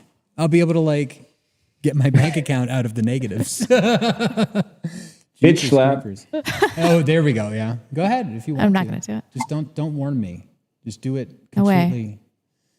We do have to talk about our sponsor, Antelope Hill Publishing, where you can now get the third edition of The Culture of Critique by the famed, the renowned, some hate, some don't like him, but the amazing Dr. Kevin McDonald. As you know, Antelope Hill Publishing is fighting to keep history alive amidst a regime of anti-white censorship.